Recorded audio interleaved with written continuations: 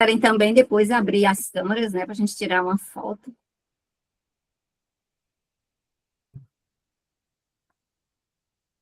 Então, eu já posso iniciar? A gente inicia, né? Mais de 4h30 já, né? Já. Sim. Então, boa tarde a todos e a todos. É com imensa alegria e muita emoção que damos início à edição 2024 Debates do Protexto, um espaço dedicado às discussões sobre linguística textual e suas interfaces teóricas. Este fórum, como vocês sabem, foi idealizado pela nossa querida professora Mônica, e é uma honra continuar este projeto tão importante para toda a nossa comunidade acadêmica, né? É uma honra e muita responsabilidade. Eu gostaria de aproveitar este momento para agradecer especialmente a nossa vice-líder do protesto, professora Vandinha, que juntamente comigo aceitou essa responsabilidade de dar continuidade ao legado deixado pela Moniquinha para a linguística textual brasileira.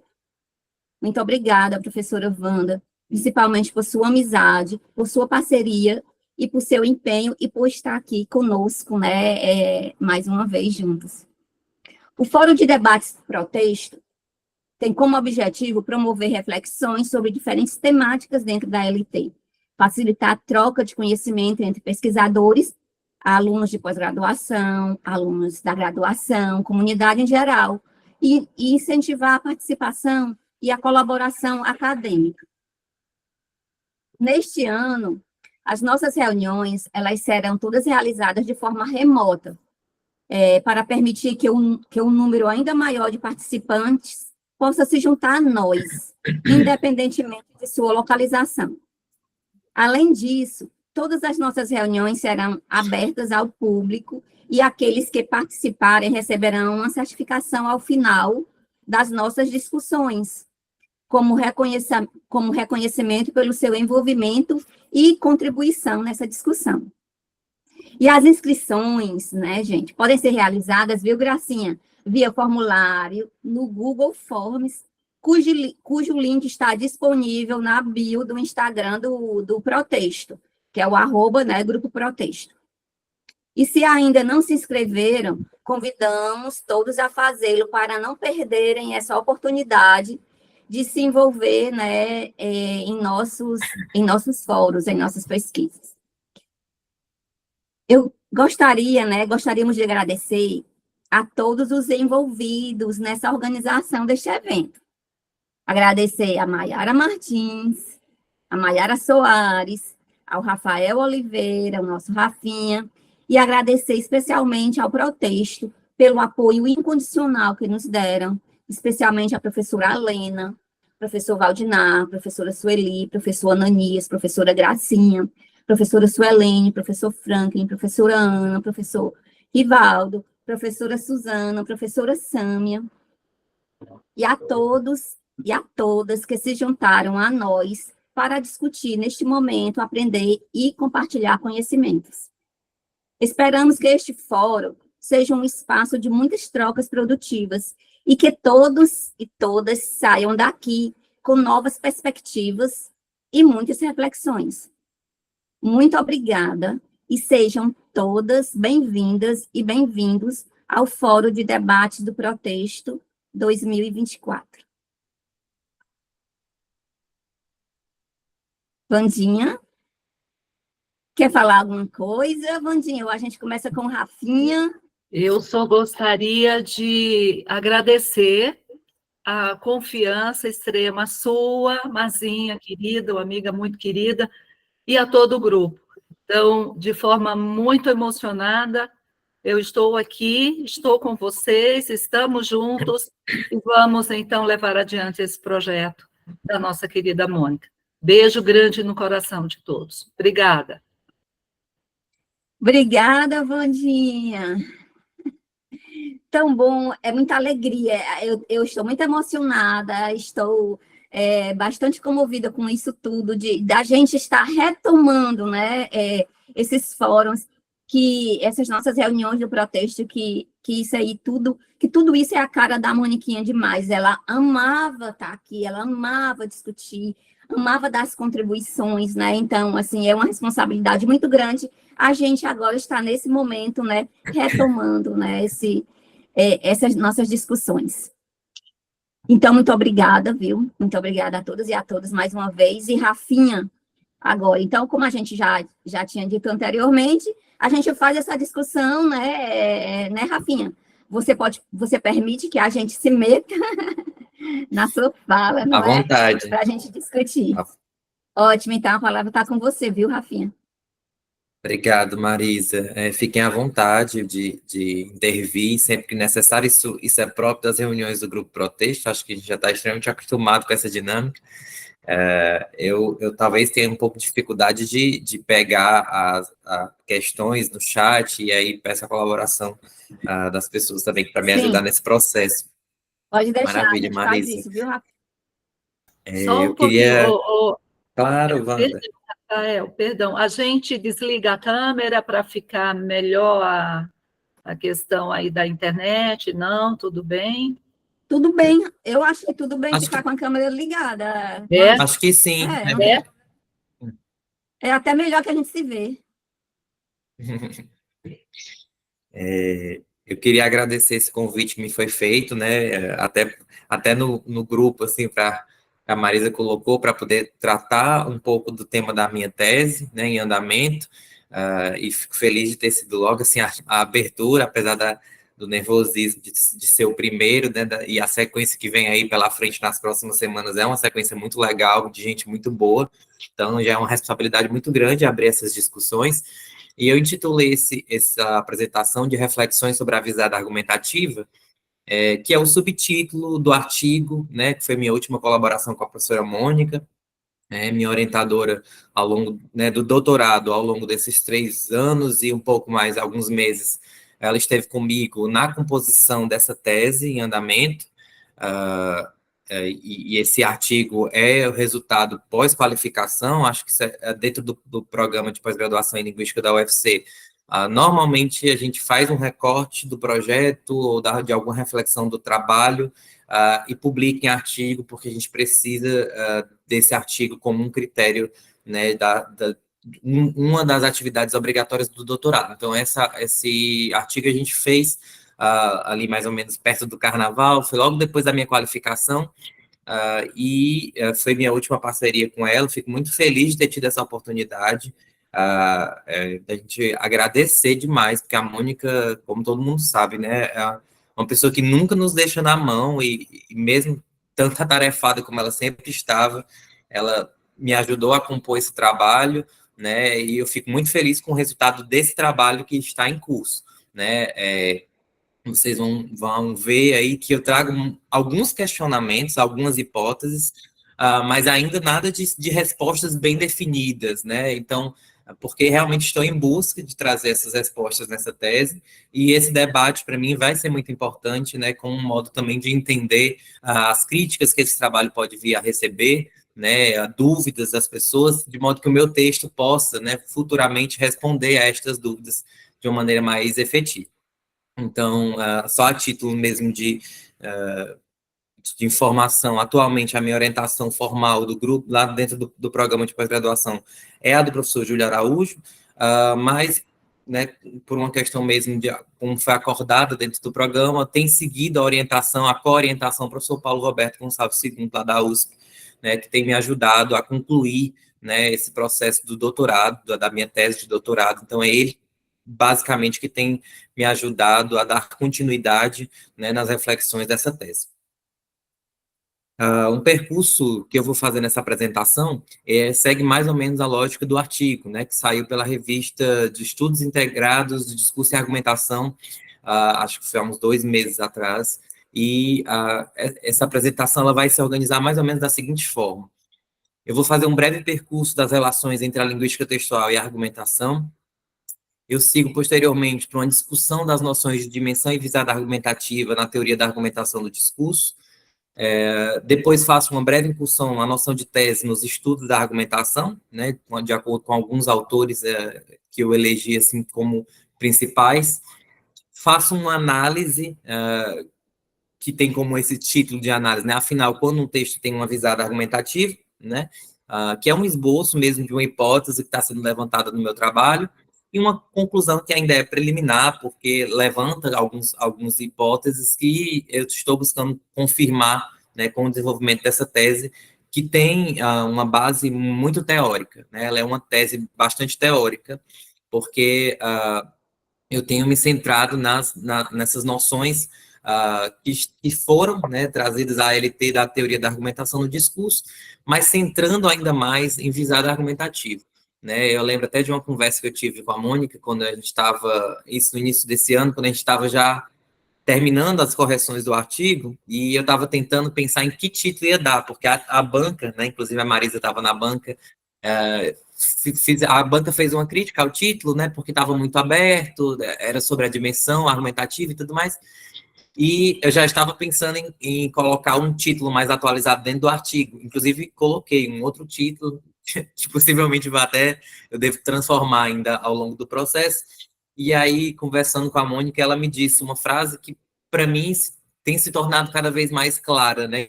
Acho que o seu trabalho está se centrando na visada argumentativa.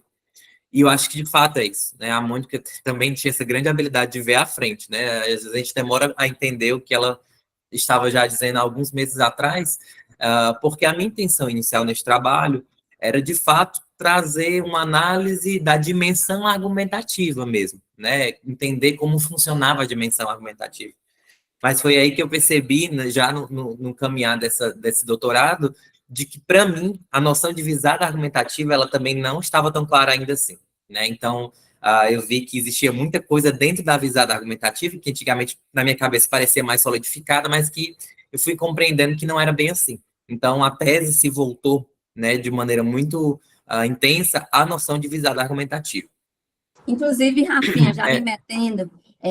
Claro, Marisa. Uma das sugestões, né, que eu dei foi assim, do título, né, para a tua tese foi uma análise sobre o contínuo dimensão visada argumentativa, né, quer dizer, que aí você pegava as duas coisas, né, esse contínuo que é a dimensão para a visada, né? Eu ainda não sei exatamente se vai ser assim, porque a noção de contínuo, dimensão visada, é uma noção que eu tenho feito algumas críticas dentro da tese, e eu acho que, enfim, não vou ter como abordar dentro dessa apresentação, porque não estava no escopo da apresentação. Mas eu posso falar um pouco a mais quando a gente chegar nas noções de nossa dimensão e visada, né? Porque elas são noções que uma engloba a outra. Então, esse contínuo de dimensão visada, ele não é muito coerente com a própria noção de dimensão e visada argumentativa. Acho que quando chegar nessa etapa aí do trabalho, dessa apresentação, eu posso desenvolver um pouco mais nisso. Então, nesse percurso entre a LT e a argumentação, eu tenho dividido, né, esse percurso em 3 momentos. Eles não são momentos concretos, né, é uma análise que se faz em retrospecto dos estudos de linguística textual no Brasil, para se entender mais ou menos como a argumentação se encaixa nos estudos da linguística textual. Né? A linguística textual, como a gente sabe bem, é um campo disciplinar que que se vale de muitas teorias, né? É interdisciplinar por natureza. Inclusive, tem algumas publicações do GT, né? Que tem um livro, inclusive, que é Linguística Textual, e fala sobre a interdisciplinaridade. Então, a linguística textual, ela tem no seu coração, né, esse hábito de propor interfaces. Então, a ideia dessa análise, desse percurso, é mostrar como a argumentação, que não é, né, uma teoria do texto,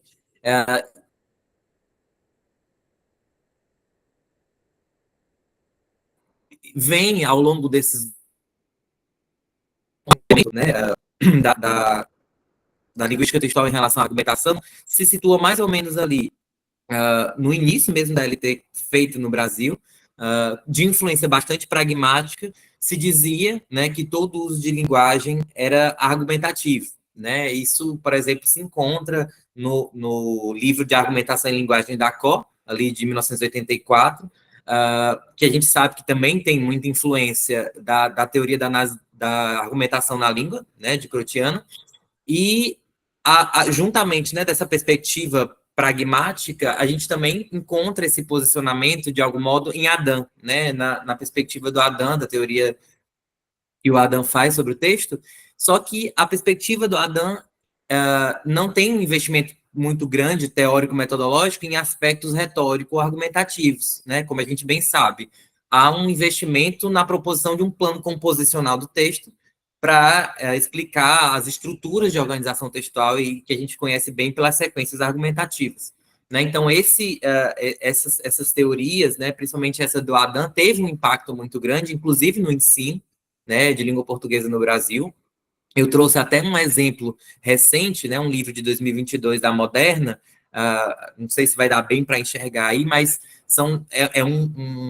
para mostrar mais ou menos como a sequência argumentativa, né, com o que foi mesmo estudado e refletido sobre as sequências textuais também, aparece e tem muita influência no nosso livro didático até os dias de hoje. Então, a gente tem, por exemplo, né, uma questão como cite o tipo textual, claro, a nomenclatura do tipo textual é uma nomenclatura recorrente ainda dentro do livro didático, né, que predomina em cada gênero. Então, temos aí relação entre sequência e gênero de imediato, né, e depois uma classificação de tipo textual como uma estrutura reconhecida por características ligadas à finalidade de linguagem, e aí traz aí alguns exemplos, como a argumentação. E no lado, né, do outro lado da tela, a gente tem uma proposta de produção textual de um artigo de opinião, e a gente vai vendo as etapas, né, de introdução, né, em que o tema é apresentado, um momento em que o aluno tem que apresentar uma tese, né, que essa tese pode estar no início ou no final, ele fala exatamente isso nesse segundo quadradinho, e a gente vai vendo a influência que tem mesmo o estudo tipológico, né, pensado pelo Adam, no estudo da argumentação, como isso reverberou no ensino de língua portuguesa, né, e reverbera ainda hoje.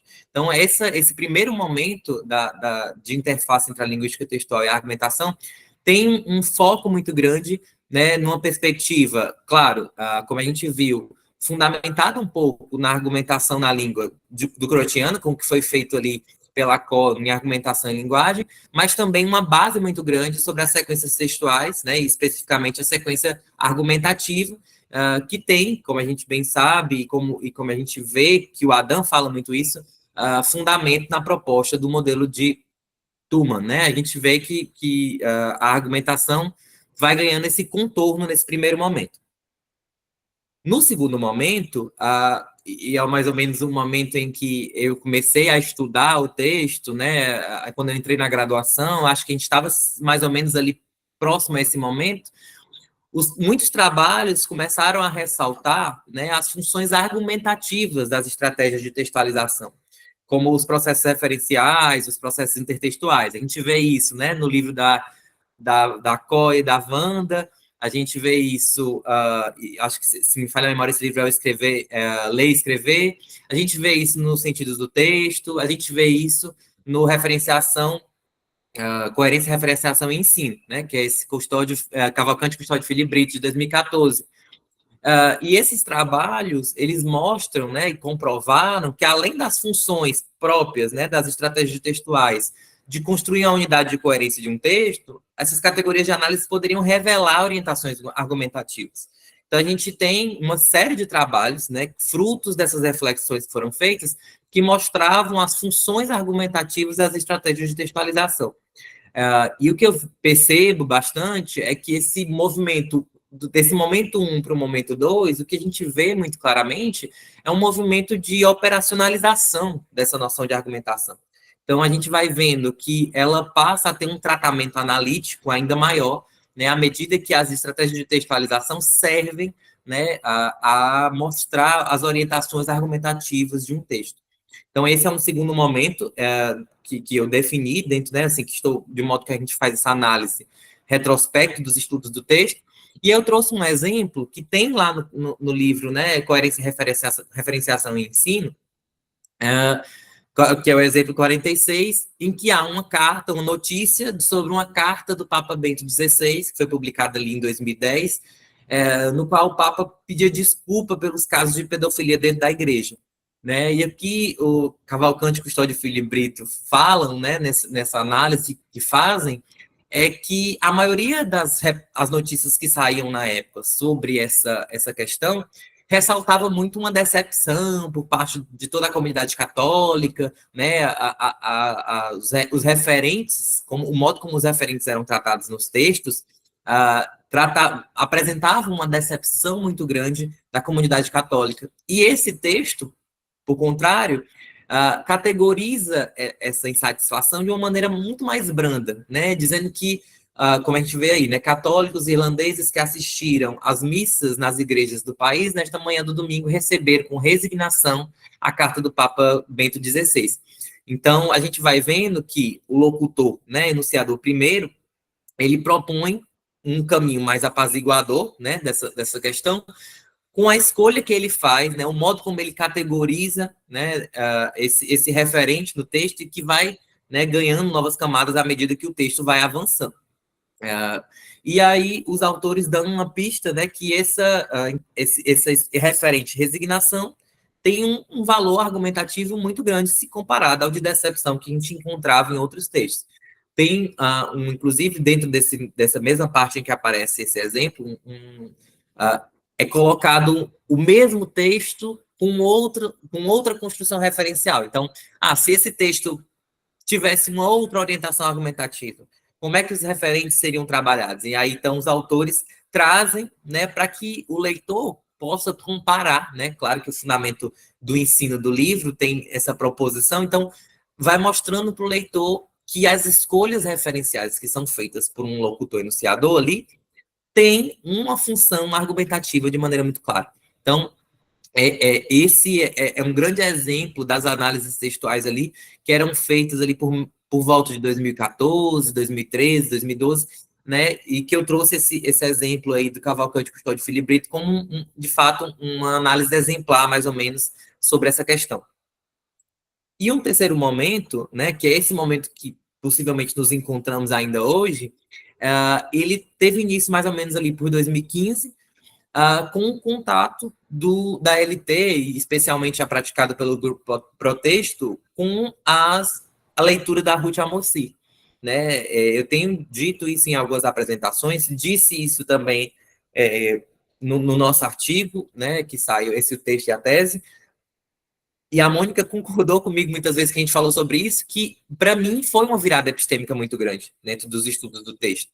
Né? A gente passou a entender a argumentação não apenas como uma função discursiva, né, das estratégias de textualização, mas como uma motivação para todas as escolhas que um locutor enunciador primeiro faz, né, em um dado texto. Então, há uma mudança de perspectiva, porque não é um efeito argumentativo que as escolhas são feitas. Na verdade, é por um propósito argumentativo primordial, é que o locutor mobiliza e pensa todas as suas estratégias.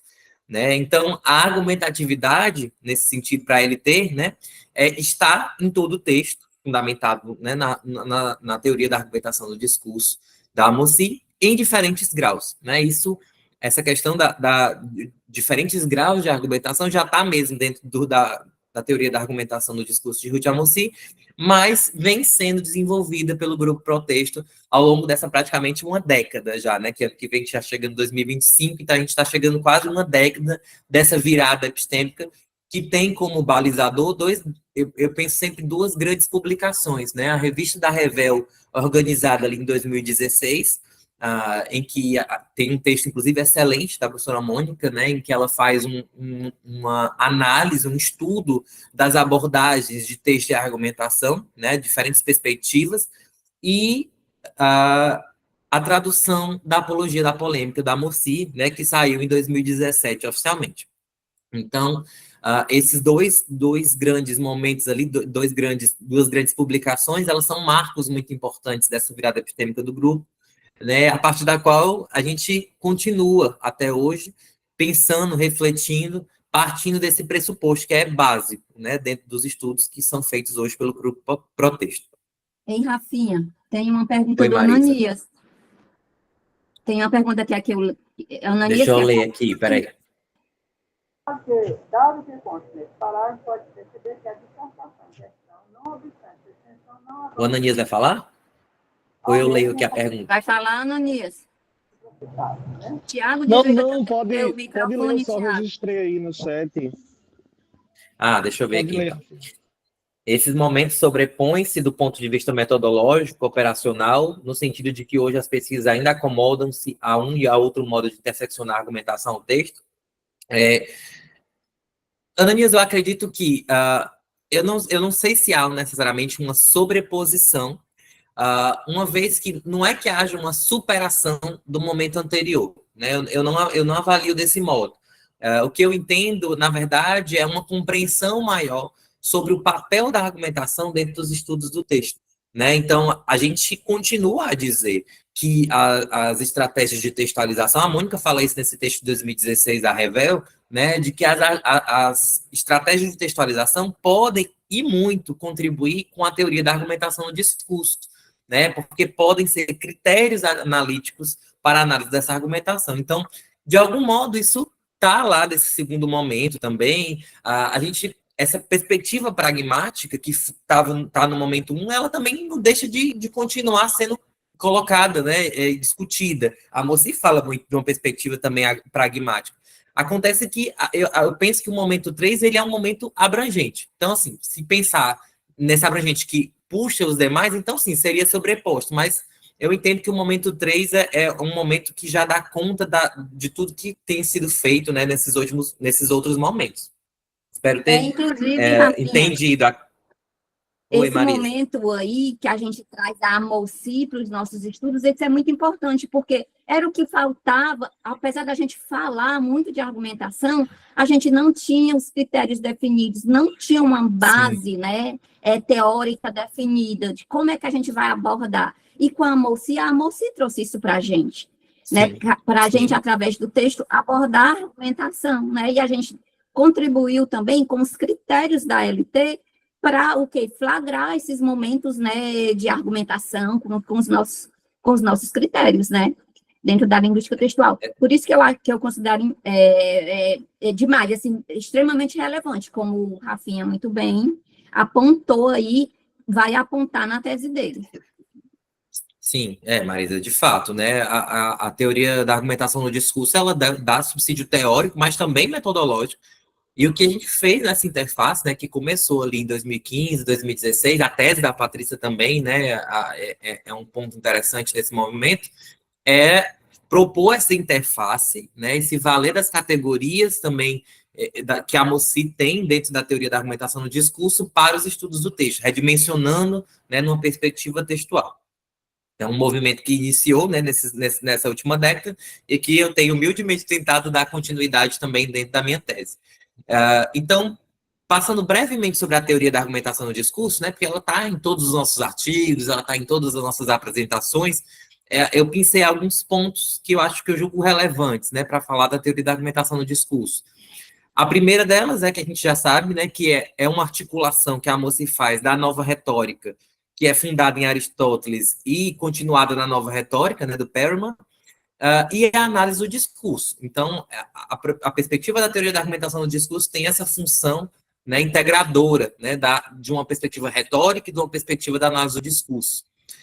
Outro ponto que eu julgo que é essencial na perspectiva da Moci, né, e que eu acho que é um dos grandes pontos que ela vem defendendo e continua defendendo em seu trabalho, né, assim, apesar das críticas que vai recebendo, é essa ampliação da noção de argumentação. Né? A Moci vai dizer que argumentar, e aí eu coloco entre aspas, né, aí para a citação dela, é a tentativa de modificar, de reorientar, ou mais simplesmente de reforçar, pelos recursos da linguagem, a visão das coisas da parte do alocutário. Então, ela propõe uma perspectiva que até o Rui Grácio vai chamar de pan-argumentativa, porque é uma perspectiva que abarca tudo que existe em termos de construção de linguagem, né, passaria a ser argumentativo. Né? Argumentar não é só eleger argumentos, né, delimitar argumentos em defesa de uma tese, mas, de fato, né, ampliar uma perspectiva de argumentação como até simplesmente, né, de reforçar pelos recursos da linguagem a visão das coisas, ou reforçar, ou mudar o olhar, né, essa ideia do olhar, eu acho, inclusive, muito bonito, muito poético que existe dentro da teoria da argumentação do discurso, como a noção de argumentação. Além disso, né, eu acho muito importante, e isso explica muito, que a TAD, né, a teoria da argumentação do discurso, como a gente vê lá naquele livro de 2018, que é o livro de base da teoria, ela se intitula como uma abordagem textual, né? A Moci elenca algumas características da sua abordagem, uma delas é ela ser uma abordagem textual. E ela diz que, pois focaliza, né, a Moci focaliza o estudo concreto da fala argumentativa. Então, ela compreende que o estudo da argumentação só se pode fazer, né, só pode ser estudada a argumentação através da fala concreta, e que nós lemos, né, linguística textual como o próprio texto. Então, para a LT, isso equivale mesmo à consideração do acontecimento do texto como um evento único e repetitivo e ao seu modo particular de organização do cenário da interação. Então, isso vai nos mostrando, né, por que a abordagem da teoria da argumentação do discurso se encaixou tão bem com os propósitos da linguística textual, um modo de estudo que a linguística textual brasileira, né, encampada pelo Grupo Protexto, vinha fazendo. A Mônica fala muito isso no texto também de 2016, né, de que há muita compatibilidade nessa perspectiva, e foi a razão pela qual a gente passou também a adotar a teoria da argumentação do discurso como uma das teorias com as quais a gente propõe interface. E, por fim, né, com base nessas reflexões da Moci, a linguística textual sustenta hoje, né, que todos os textos são argumentativos. A gente vê isso naquele livro, né, de linguística textual e argumentação. Eu pus aí só os livros para serem, né, os destaques, mas há inúmeros artigos, e o linguística textual, conceitos e aplicações, que saiu em 2022. Então, esse postulado teórico, ele aparece aí em todos os nossos trabalhos, porque ele é central mesmo nos nossos estudos. Então, esse é um cenário breve, né, de como a teoria da argumentação dialoga de uma maneira muito efetiva, né, com a linguística textual que a gente desenvolve aqui no Grupo Protexto. E aí, nesse segundo momento, eu passo a desenvolver um estudo mais detido às noções de dimensão e visada argumentativa, né, porque elas me interessam bastante. Inclusive, essa apresentação, ela já tem trechos do capítulo, né, assim, que eu estou escrevendo, trechos que eu digo assim, reflexões que eu fiz nesse capítulo, e que não estão lá necessariamente nesse artigo, né, porque nesse capítulo eu faço um detalhamento dessas noções teóricas, e uma das coisas que me preocupou bastante foi ver como a Moci definia essas noções ao longo dos seus artigos, dos seus livros, né, para ver se havia essa noção havia sido transformada de algum modo, se ela é apresentada de uma vez de um jeito e em outro trabalho de outro. Então, eu fui fazer um estudo, né, dessas diversas vezes que a Moci propõe essa noção teórica, né, e aí eu peguei esse exemplo, é a segunda definição no livro Teoria da Argumentação no Discurso, aliás, que se chama Argumentação no Discurso, né, tem 3 definições dessas noções teóricas, né, e eu peguei a segunda, que eu acho que é uma noção teórica, inclusive, que ela introduz com o intuito de evitar confusões. Eu acho, inclusive, ótimo que ela inicia assim, para evitar confusões, né, e inicia dizendo, né, que é preciso diferenciar a dimensão argumentativa, que é inerente a muitos discursos, e os trechos em vermelho são trechos que eu vou comentar com mais calma, da visada argumentativa, que caracteriza apenas alguns deles. E aí ela diz, em outros termos, a simples transmissão de um ponto de vista sobre as coisas, que não se pretende expressamente modificar as posições do alocutário, não se confunde com uma empreitada de persuasão sustentada por uma intenção consciente e que favorece estratégias programadas para esse objetivo.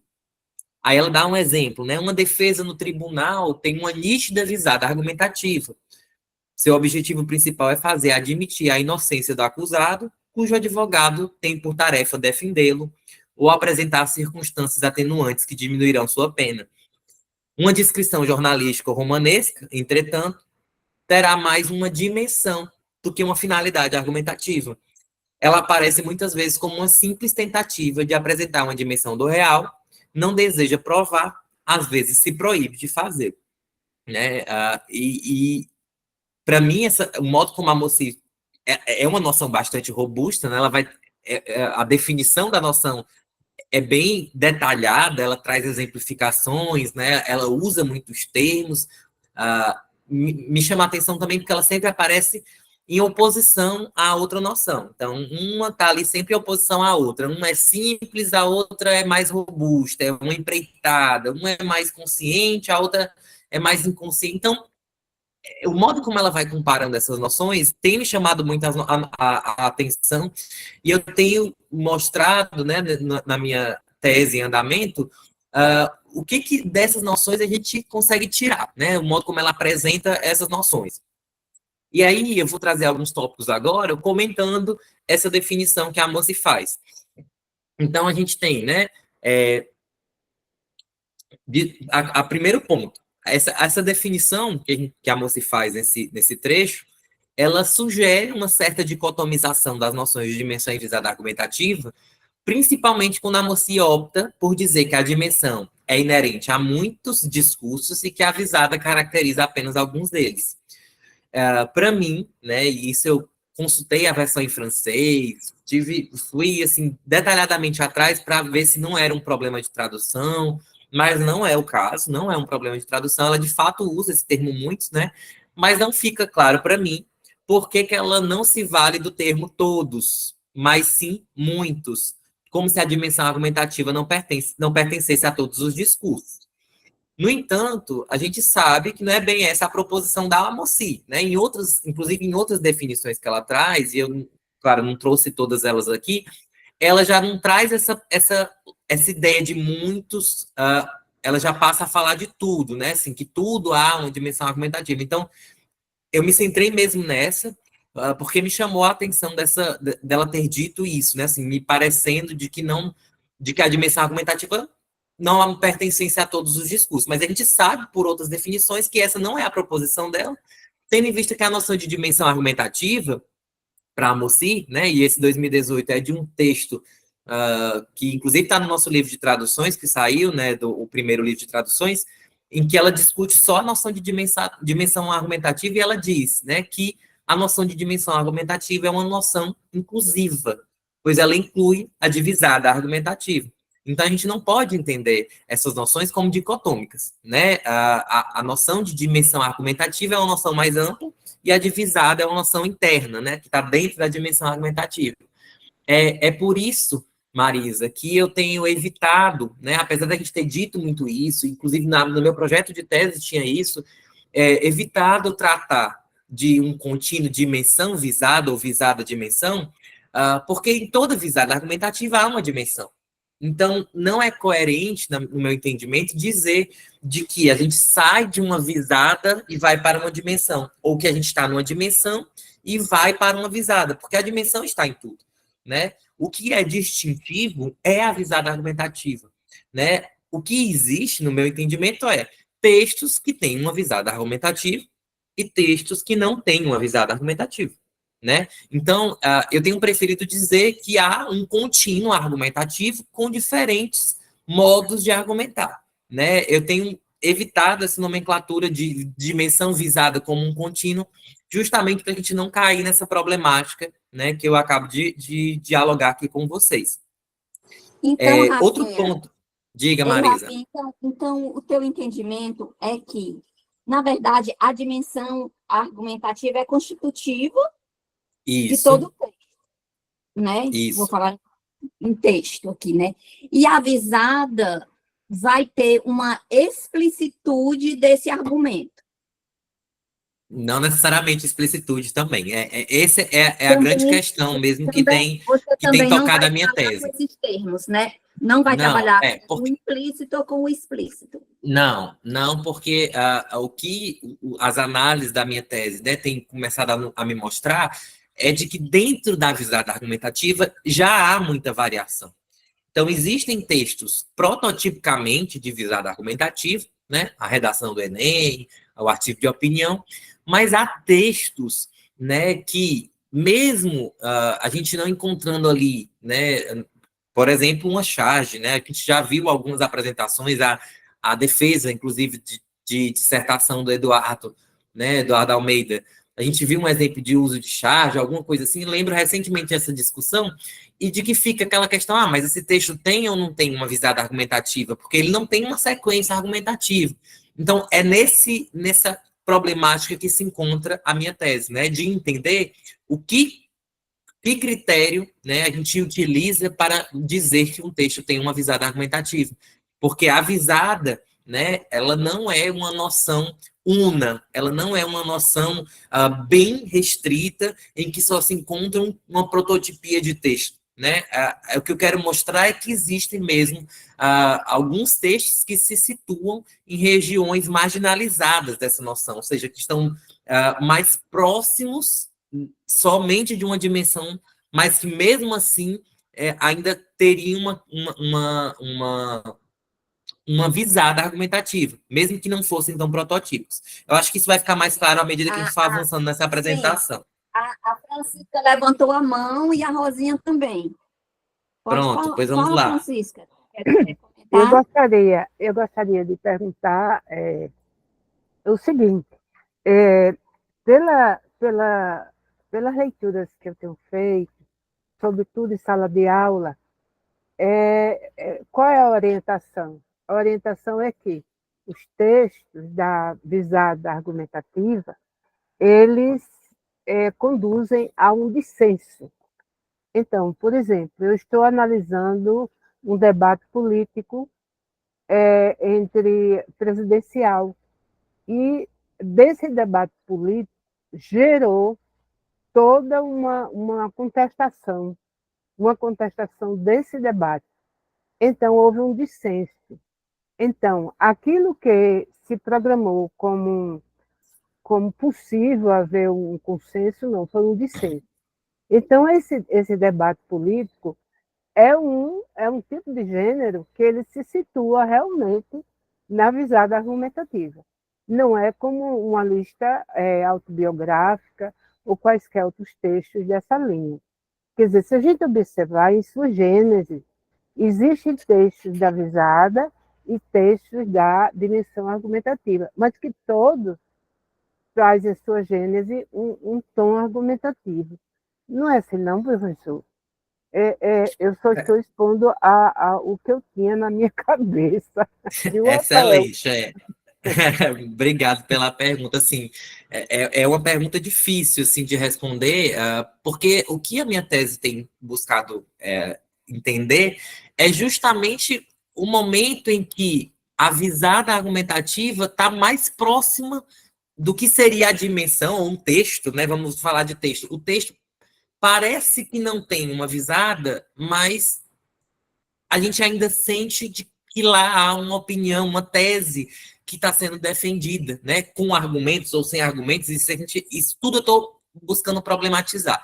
Né? Eu não tenho questões ainda, respostas definitivas sobre isso. De fato, esse ponto do dissenso que você levanta, ele é característico da argumentação mais prototípica. Né? Então, quando há uma dada questão argumentativa separa, né, pessoas em posicionamentos diferentes ou respostas diferentes a uma dada questão, a argumentação mais prototípica diz que a gente tem, né, uma argumentação, ou pelo menos um potencial de argumentação.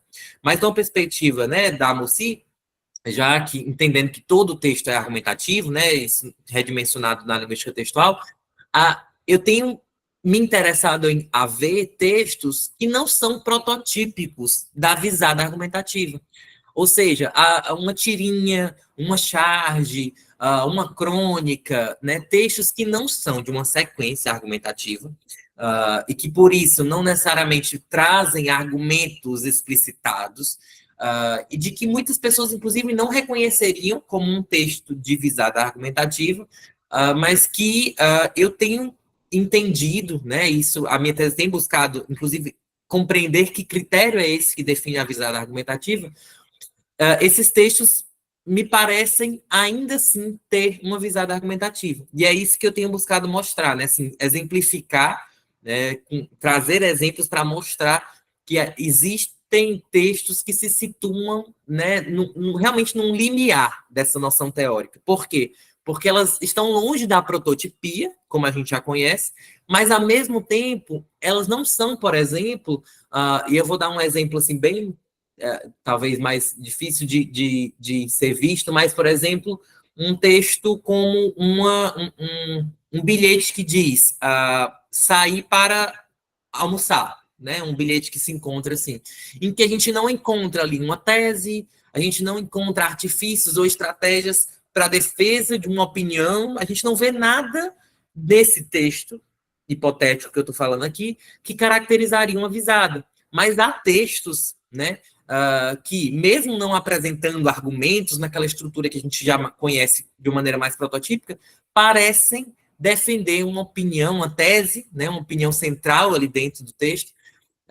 mesmo que não seja por recursos de argumentos, né, com o uso de argumentos, ou que esses argumentos às vezes ficam só implicitados, né, a gente viu, e por fim termina essa grande resposta, na apresentação do professor Paulo II no nosso workshop, que ele trouxe um diálogo de pai e filho bem curto, né, em que toda a estrutura argumentativa só era reconstituída pelo analista. Então, ali aquele exemplo me interessa muito também como um modo de dizer a argumentação, ela existe, né, uma visada argumentativa pode existir por fora dessa explicitude toda, né? Então, esses textos complicados que eu tenho buscado entender com mais clareza. Espero, de algum modo, ter explicado. Então, essa é a sua tese, né? E eu vou esperar para poder eu aprender. Maravilha, eu agradeço. Obrigada, Rosalice. Francisca, viu? Muito obrigada pela sua Nada, participação, amor. Rosinha. Rosinha está com a mão levantada.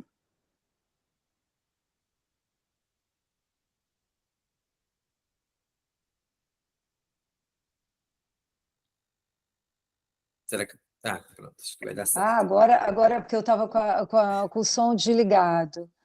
Olha, é só para falar, Rafael, que é muito interessante, viu? E eu acho que ele quebra muitos tabus. Geralmente sempre se liga a argumentação à questão das sequências, e eu acho que você vai desconstruir alguma coisa importante em termos didáticos, inclusive. Mas sabe o que eu ia perguntar? E acho que, primeiro, e são perguntas, tá? Que é só para dinamizar essa questão, o que você chama de prototipia? Né? Essa importante coisa que eu queria te falar é, será que a questão da visada argumentativa não estaria na noção de gênero de texto? Será que a noção de gênero de texto não estaria relacionada a essa expectativa, né, diferencialmente construída, que poderia nos levar a pensar que determinados gêneros já têm intrinsecamente uma visada argumentativa expectável, né? Socialmente? É uma questão. Tá?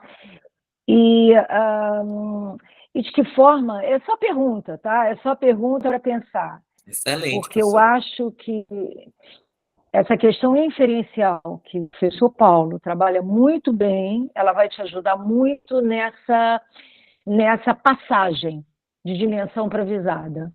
Tá? E aí eu falo de questão inferencial, eu falo também da questão do gênero de texto, porque o gênero de texto implica inferencialmente modelos construídos. Tá? E nós, por exemplo, dentro da área jurídica, você tem, o Lailton não está aí para me ouvir, mas nós temos vários gêneros que nós dizemos que tem uma visada argumentativa clara, porque ele socialmente já está voltado para isso.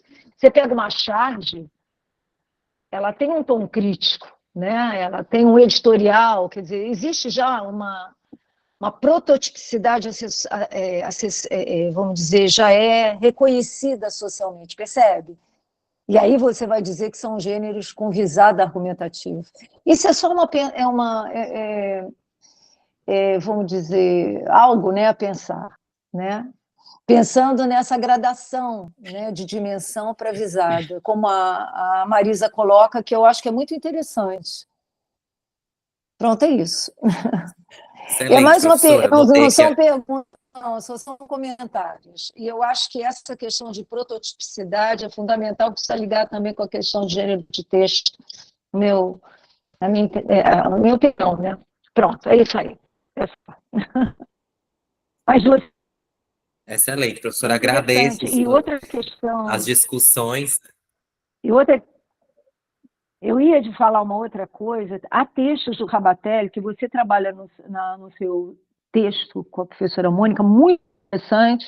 Você fala da questão dos locutores, né, do L1, eu acho que você fala também, locutor primeiro, e ele mesmo associa essa questão do locutor à argumentação, né? Quer dizer, que ele chama de argumentação direta e indireta, e eu acho que vale a pena, porque as próprias escolhas, elas são orientadas, né? Essa orientação argumentativa, e o Rabatelli vai muito ao encontro da Amossi nesse sentido, tá bom?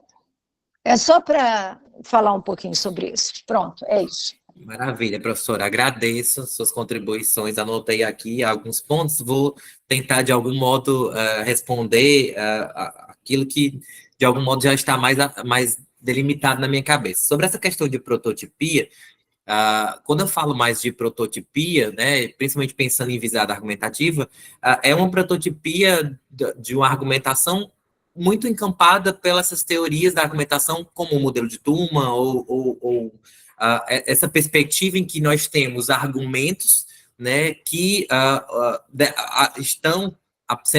são apresentados num texto em defesa de uma tese. Então, quando a gente encontra esse argumento, né, essa estrutura da célula argumentativa, como a gente viu lá o Paulo mostrando muito bem, né, que há essa passagem que é alimentada por uma lei de passagem, né, se a gente for usar essa nomenclatura, é nesse sentido que eu encontro a prototipia, embora eu acho que seja importante definir com mais clareza o que estou considerando como uma argumentação prototípica, né, dentro da tese. Acho que, de fato, isso é muito relevante. Anotei aqui para poder fazer.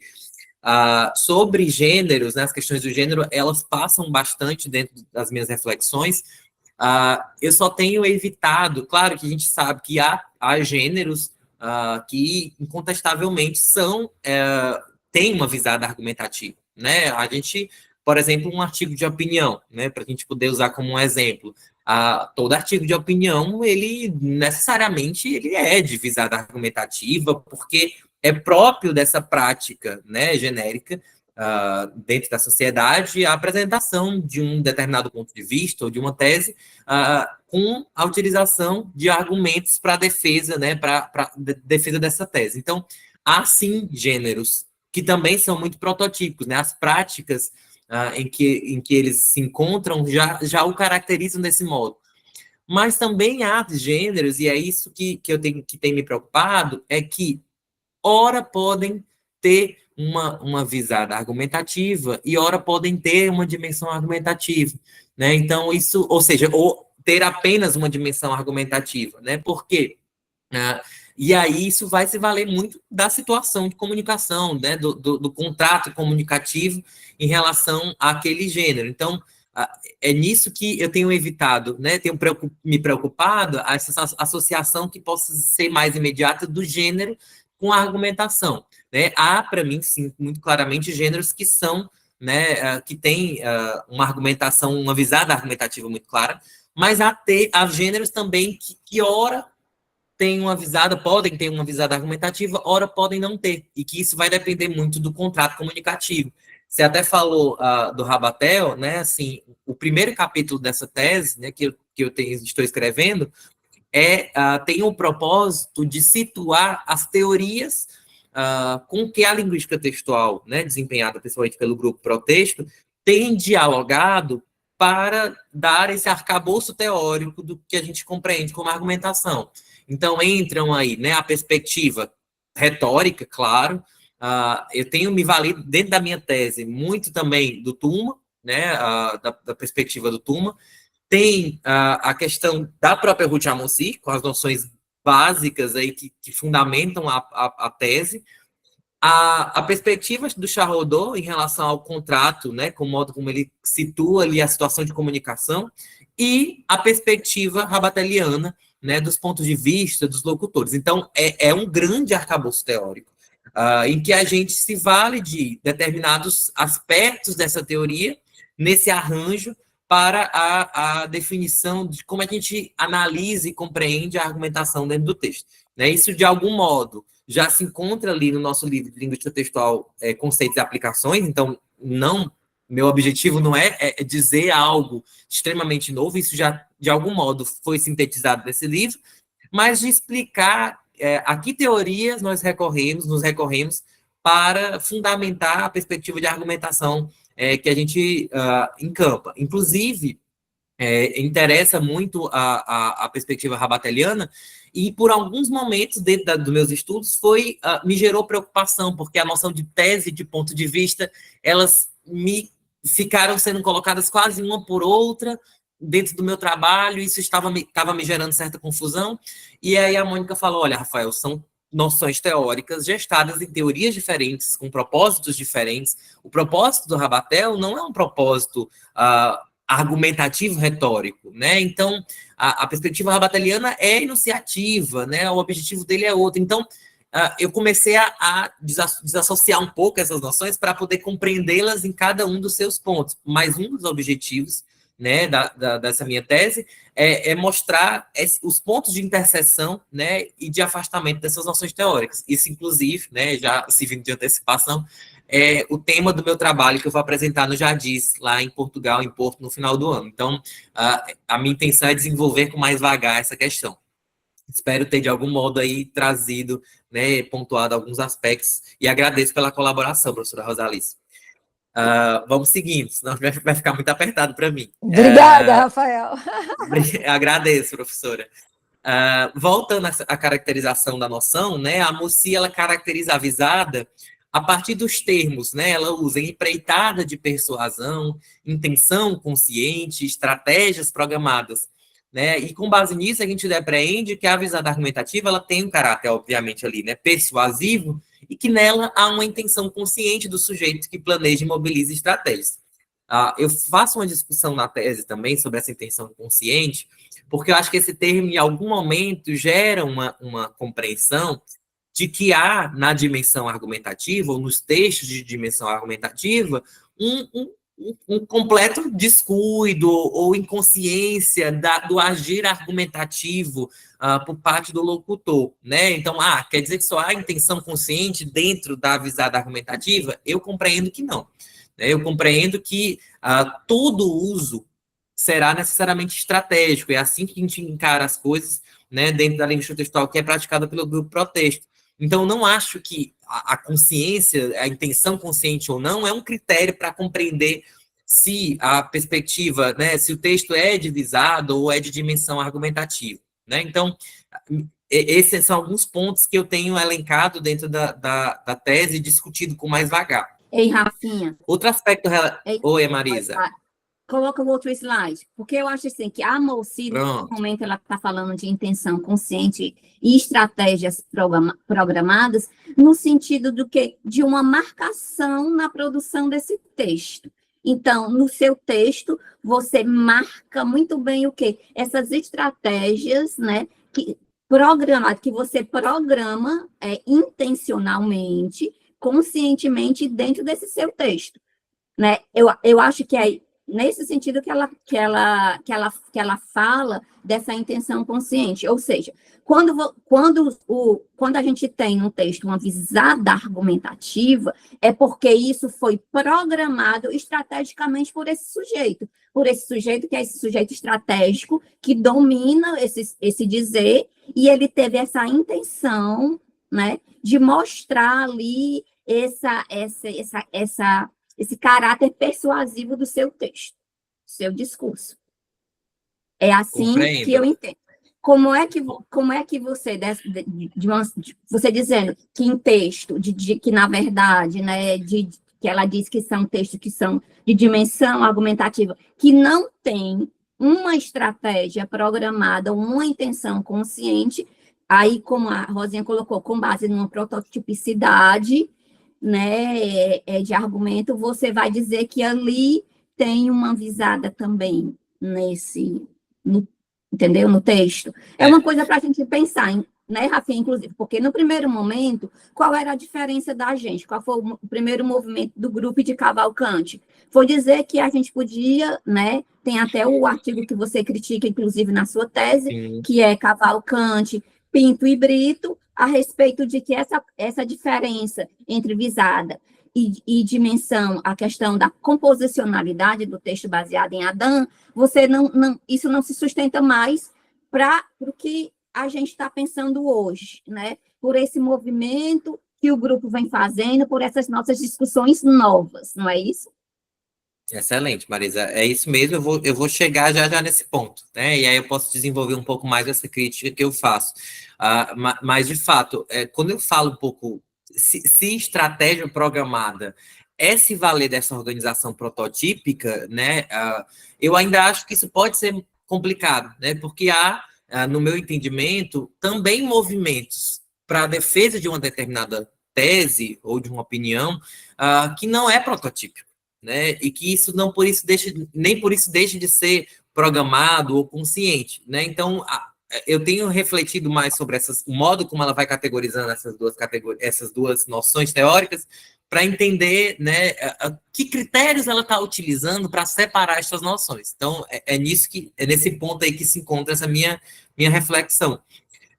E aí, em outro ponto relevante, que para mim é um dos mais relevantes que tem nessa noção, é essa associação que a Moci faz, né, em relação aos gêneros, né, que foi até, inclusive, a professora Rosalice acabou de mencionar.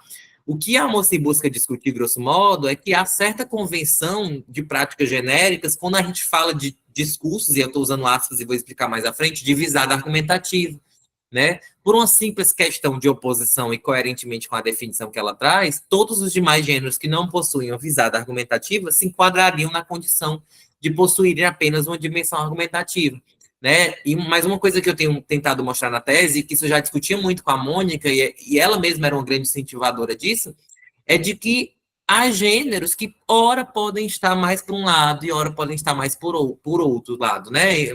Mais puxados somente para uma dimensão, ora o mesmo gênero pode estar, né, mais puxado para uma visada, e que isso vai depender muito de um contrato comunicativo, né, do modo como o texto se constrói na interação. Então, esse é um ponto que está em desenvolvimento na tese que me interessa bastante. E ao tratar desses gêneros, né, que apenas possuem uma dimensão argumentativa, isso acho que é uma das coisas que mais acho legal dessa noção, né, dessa definição que ela traz, a Moci diz que eles terão, abre aspas, mais uma dimensão do que uma finalidade argumentativa. E ao usar essa estrutura de comparativo de superioridade, né, mais que, a autora sugere que essas noções de dimensão e visada, elas podem não ser tão dicotômicas assim. E quando eu digo isso, né, eu não tô salientando o caráter englobante da noção de dimensão argumentativa que a gente discutiu antes, mas destacando que a Moci possa estar sugerindo nessa definição, e isso é muito interessante, muito cara a minha tese, de que a distinção entre os discursos que apenas possuem a dimensão argumentativa dos que possuem a visada argumentativa pode não ser tão categórica e, por consequência, tão evidente. Então, talvez não seja tão fácil definir quando um texto tem uma visada argumentativa, né? Uma vez que, como a Moci fala, alguns gêneros têm mais uma dimensão que uma finalidade, e finalidade aí, leia-se visada, é porque a tradução, ora, peca um pouco, não necessariamente a tradução, mas o modo como a Moci vai variando a terminologia, mas o que ela chama de finalidade argumentativa seria a própria visada, né? Então, me chama muito a atenção o modo como ela vai mostrando certo deslize, né, dessa noção de uma para a outra, em que a divisão entre elas pode não ser tão categórica, e isso é o fundamento básico, né, do que a minha tese em andamento tem discutido. Então, ao convocar essas noções teóricas para a perspectiva da linguística textual, é necessário que elas sejam redimensionadas, né? Principalmente pensando que a Moci as trabalha na perspectiva da análise do discurso. E o primeiro passo desse redimensionamento foi dado, né, por Cavalcante, Pinto e Brito, né? A gente está aqui com a professora Rosalice e a professora Marisa, quando elas afirmam que é no âmbito das relações textuais que se pode distinguir melhor a dimensão da visada argumentativa. É por essa razão, né, e que a gente fala em texto e não em discurso de visada de dimensão argumentativa, né? É por isso que até, então, eu estava trazendo os termos discurso, para esperar esse momento de redimensionamento, né? No âmbito das relações textuais que a gente passa a encarar essas categorias.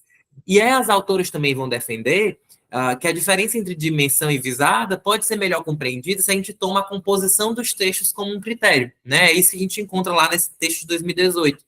Então, assim, quando a Moci fala em visada argumentativa, pode-se entender que ela se refere aos textos de sequência argumentativa dominante, nos termos de Adam.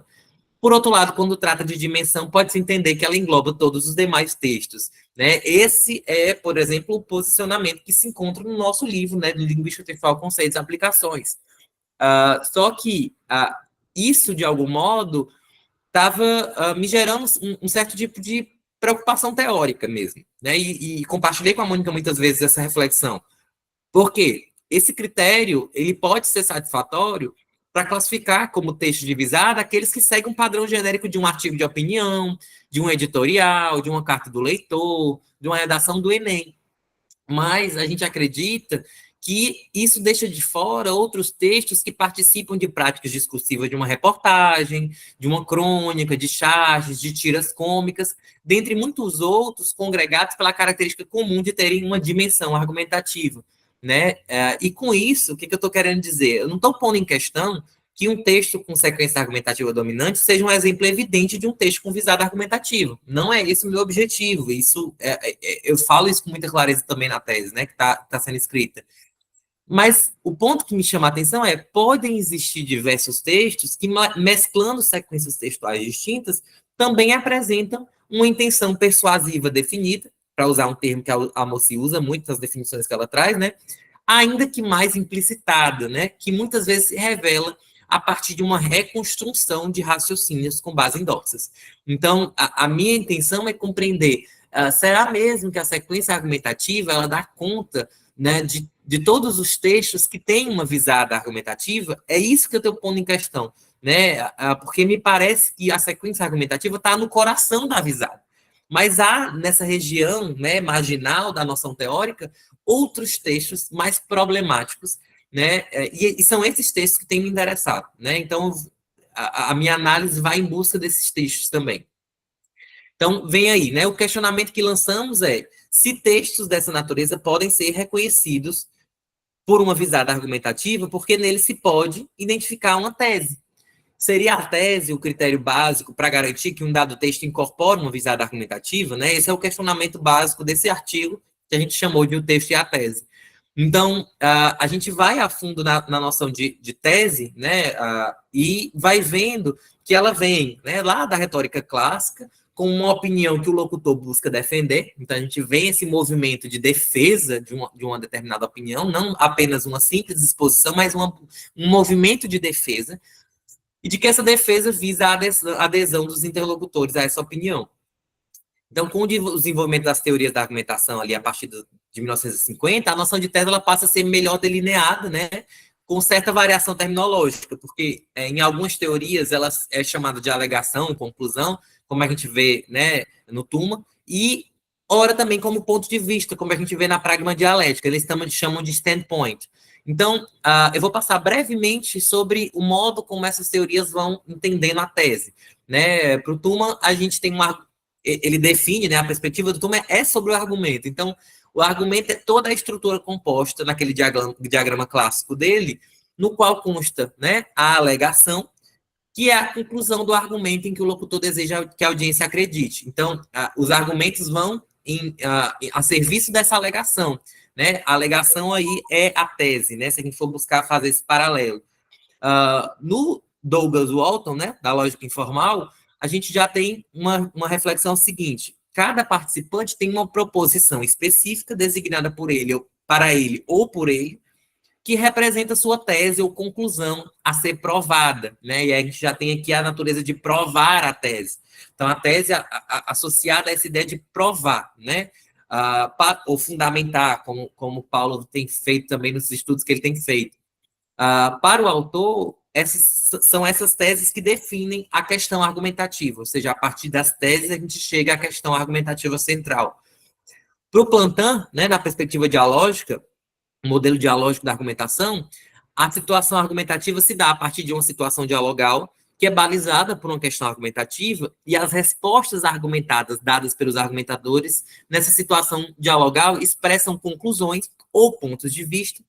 Então, Plantin vai também usar essa nomenclatura ponto de vista divergente sobre essa questão, né? Então, na perspectiva da pragmadialética, uma característica importante da argumentação é que ela se refere a um ponto de vista, né, standpoint, em relação a uma determinada questão. Então, a gente vai vendo que essas noções, e aí vem, o locutor defende esse ponto de vista, a ideia de defesa desse ponto de vista está muito próxima à própria noção de tese, né? E também a de questão.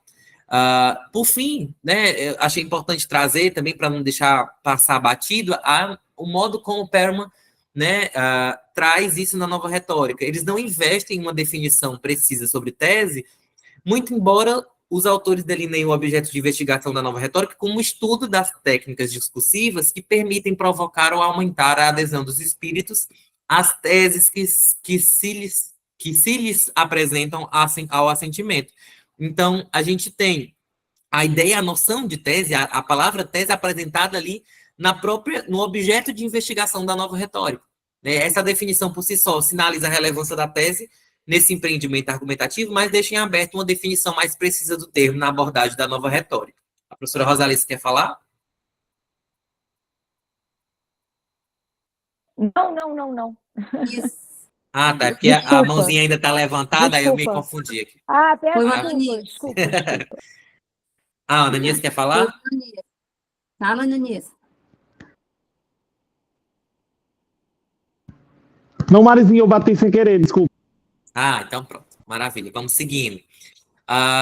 Esse breve percurso das noções de tese nos mostram que os teóricos da argumentação, né, em sua maioria, compreendem a tese como uma opinião, ou melhor, uma resposta a uma dada questão argumentativa. Desse modo, na direção em que pensam esses teóricos, é possível supor que, para que haja uma tese, deve existir uma questão argumentativa atrelada a ela. Isso é um ponto que o Paulo, inclusive na minha própria qualificação, falou muito, né, Rafael? Nas análises é que a gente precisa partir da questão argumentativa. Então, isso é um ponto em que eu acredito bastante, né? A noção de tese está muito relacionada à noção de questão. E se supomos que a presença, ainda que não explicitada de uma tese, seja um critério básico para garantir que um dado texto tenha uma visada argumentativa, é provável que todos os textos de visada argumentativa também deixem antever, ainda que inferencialmente, uma questão argumentativa, né, por uma questão lógica. E aí, a gente vai se encaminhando para análises, né? Para explicar a hipótese de que é possível falar de tese, de questão e de visada argumentativa, mesmo em alguns textos que não se organizam por uma sequência argumentativa dominante, ou que não apresentam todas as suas macroproposições, a gente vai demonstrar como textos com sequências textuais dominantes diferentes, né, e eu trouxe um exemplo da argumentativa e outra narrativa, parecem sustentar teses acerca de uma questão em comum, né? Então, para esse artigo específico, eu ainda fui buscar 2 textos com sequências textuais diferentes, né, tratando de algum modo da mesma temática e, como a gente busca mostrar na análise, respondendo de algum modo a uma mesma questão argumentativa. É evidente que, pelos propósitos dos gêneros de cada um desses textos, um artigo de opinião e uma crônica, a argumentação ela se desenvolve de modos distintos, né? Não, isso já é um pressuposto básico. A gente não tem como pensar que uma argumentação vai dentro de um artigo de opinião, de uma crônica, de uma carta de reclamação, se desenvolver da mesma maneira, porque os próprios gêneros vão ditar muito o modo de construção dessa argumentação, né? Não só os gêneros, mas toda a situação de comunicação, né, envolta nele. E aí, mesmo com esses modos distintos, esses 2 textos, né, direcionam o leitor para uma conclusão em comum na nossa compreensão. Então, o primeiro texto é esse, O Erro do Cancelamento, um texto da Lígia Maria que saiu na Folha de São Paulo, né? Eu descaracterizei aí o ambiente digital, pelo que eu peço desculpa, mas para facilitar a leitura, né? Porque se eu colocasse trechos aí, talvez ficasse muito difícil de ler e segmentaria demais o texto. Então, eu trouxe o texto aqui nessa modalidade para facilitar a leitura. E por que isso pesa contra a minha tese, mas isso é uma coisa que realmente não consegui dar conta e não tenho conseguido dar conta, eu não tenho buscado desenvolver uma análise minuciosa ou mais detalhada dos recursos técnico-discursivos da argumentação, né? Então, eu tenho tentado resolver essas questões teóricas antes, né, para que, a posteriori, no desenvolvimento posterior à defesa dessa tese, eu possa me voltar a essas questões que estão sendo tão caras aos estudos do texto atualmente dentro do protexto. Então, o texto já vem com esse subtítulo, né? Esquerda pós-moderna mostra visão obsoleta sobre o processo de comunicação, e o texto eu vou ler brevemente como ele se situa, né? Ele não está completo aí, porque ele também é um pouco mais extenso. Chico Buarque não cantará mais a canção Com Açúcar, com afeto. Ele já não a canta em shows faz tempo, mas isso não importa. O que importa é o motivo alegado. Segundo o músico, a letra incomoda feministas e ele concorda com elas. Em 2017, outra canção de Chico, Tua Cantiga, também incomodou feministas. Saindo do meio musical, a série O Mecanismo, o documentário Jardim das Aflições e as obras de Monteiro Lobato já foram alvo desse boicote travestido de crítica chamada cancelamento. Cancelar artes e artistas por motivos políticos não é novidade. O curioso agora é ver uma esquerda que usa conceitos pós-modernos encampar esse movimento. Achar que uma canção ou filme produz um único sentido, machista, racista, em uma audiência passiva, é uma visão obsoleta da comunicação. Porém, esse paradigma comunicacional já foi superado. Exemplos, Nestor Garcia Canclini constata as ressignificações de produtos culturais estrangeiros em comunidades latino-americanas. Judith Butler, em Stable Speech, diz afirmar que certos proferimentos são sempre ofensivos, independentemente do contexto, que carregam seus contextos consigo, de modo de difícil descrição, ainda é não compreender como o contexto é invocado no momento do proferimento. Então, a autora vai, né, para a defesa desse ponto de vista dela, trazendo, né, posicionamentos de outros teóricos e buscando, né, fundamentar esse posicionamento dela. Então, se a gente se pergunta, a que questão responde a tese desse texto? E a gente pode supor que o locutor busca se posicionar frente ao questionamento que são pertinentes às práticas, né? O questionamento são pertinentes as práticas de cancelamento que condenam um autor atribuindo ao seu texto um único sentido? É plausível supor que a tese desse texto se direciona para a conclusão negativa acerca dessa questão, né? Então, não é pertinente a prática de cancelamento. Isto é, que a prática de cancelamento é incorreta, impertinente, uma vez que o texto busca demonstrar a obsolescência do pensamento que fundamenta a prática, né? Isso está, inclusive, já no subtítulo lá do texto. Não restam dúvidas, claro, né, pela questão do tempo, eu não vou minuciar aqui a análise da sequência argumentativa, mas não restam dúvidas de que estamos à frente a uma estratégia persuasiva programada, para usar os termos de Almocir, isto é, há um texto com visada argumentativa, como bem salientaram Cavalcante, Pinto e Brito, né, nesse artigo de 2018 que eu mencionei. Mas ao passo que saímos da dominância da sequência argumentativa, percebemos que o critério composicional não pode bastar para determinar a visada argumentativa de um texto. E aí eu trago um exemplo dessa crônica do Antônio Prata, que também saiu na Folha de São Paulo, há um certo tempo, que é o Drummond fascista misógino, né? Eu, particularmente, gosto das crônicas do Antônio Prata, mas eu acho que ele foi muito infeliz nessa crônica, né? Acho que, enfim, a caracterização que ele dá a isso tudo é muito problemática, mas eu vou ler aqui para vocês, né, para que fique claro.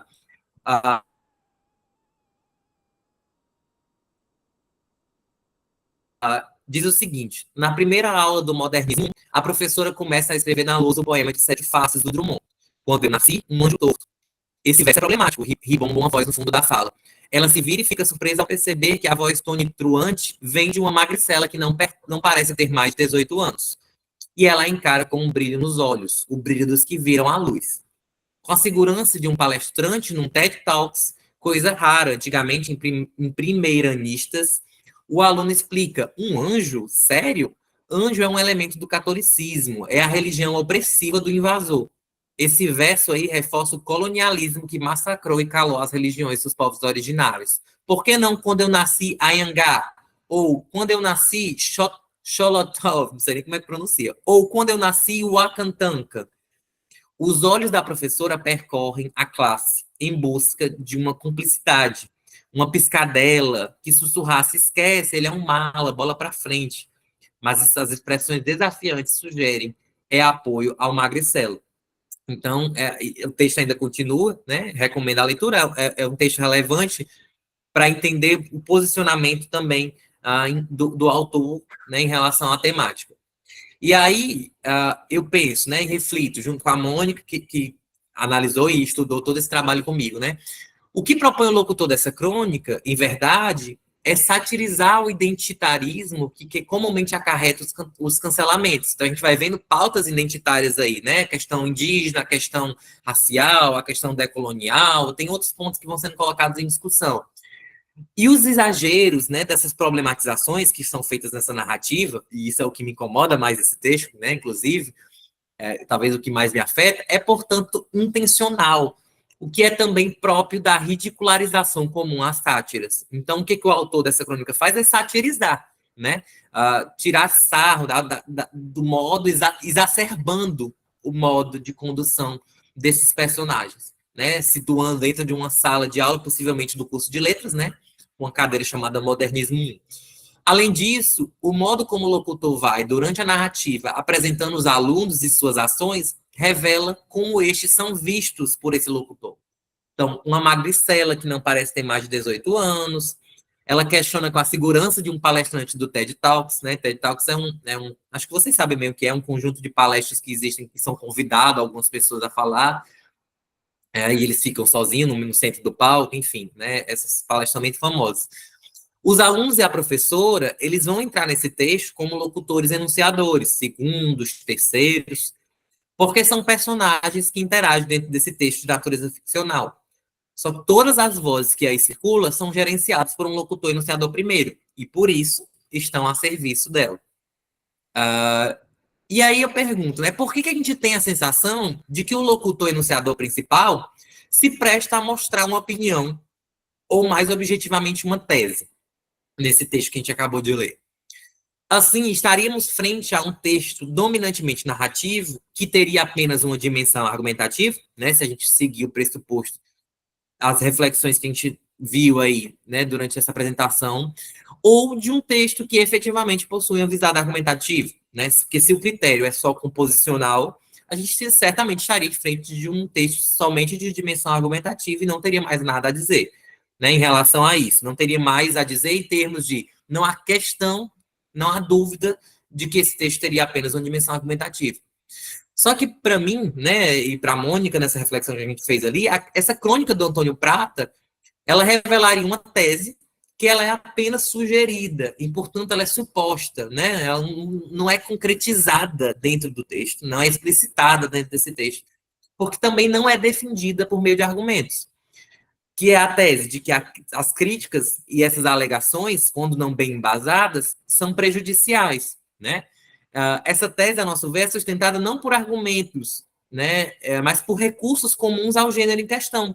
Nesse caso, né, estamos falando de um texto narrativo, uma crônica, então nós estamos falando de uma composição de personagens que são mais caricaturais, a construção de uma situação narrativa permeada por um viés sarcástico, né, que avalia as pessoas que levantam pautas identitárias como tendo uma atitude vexatória, o que não necessariamente representa esse grupo.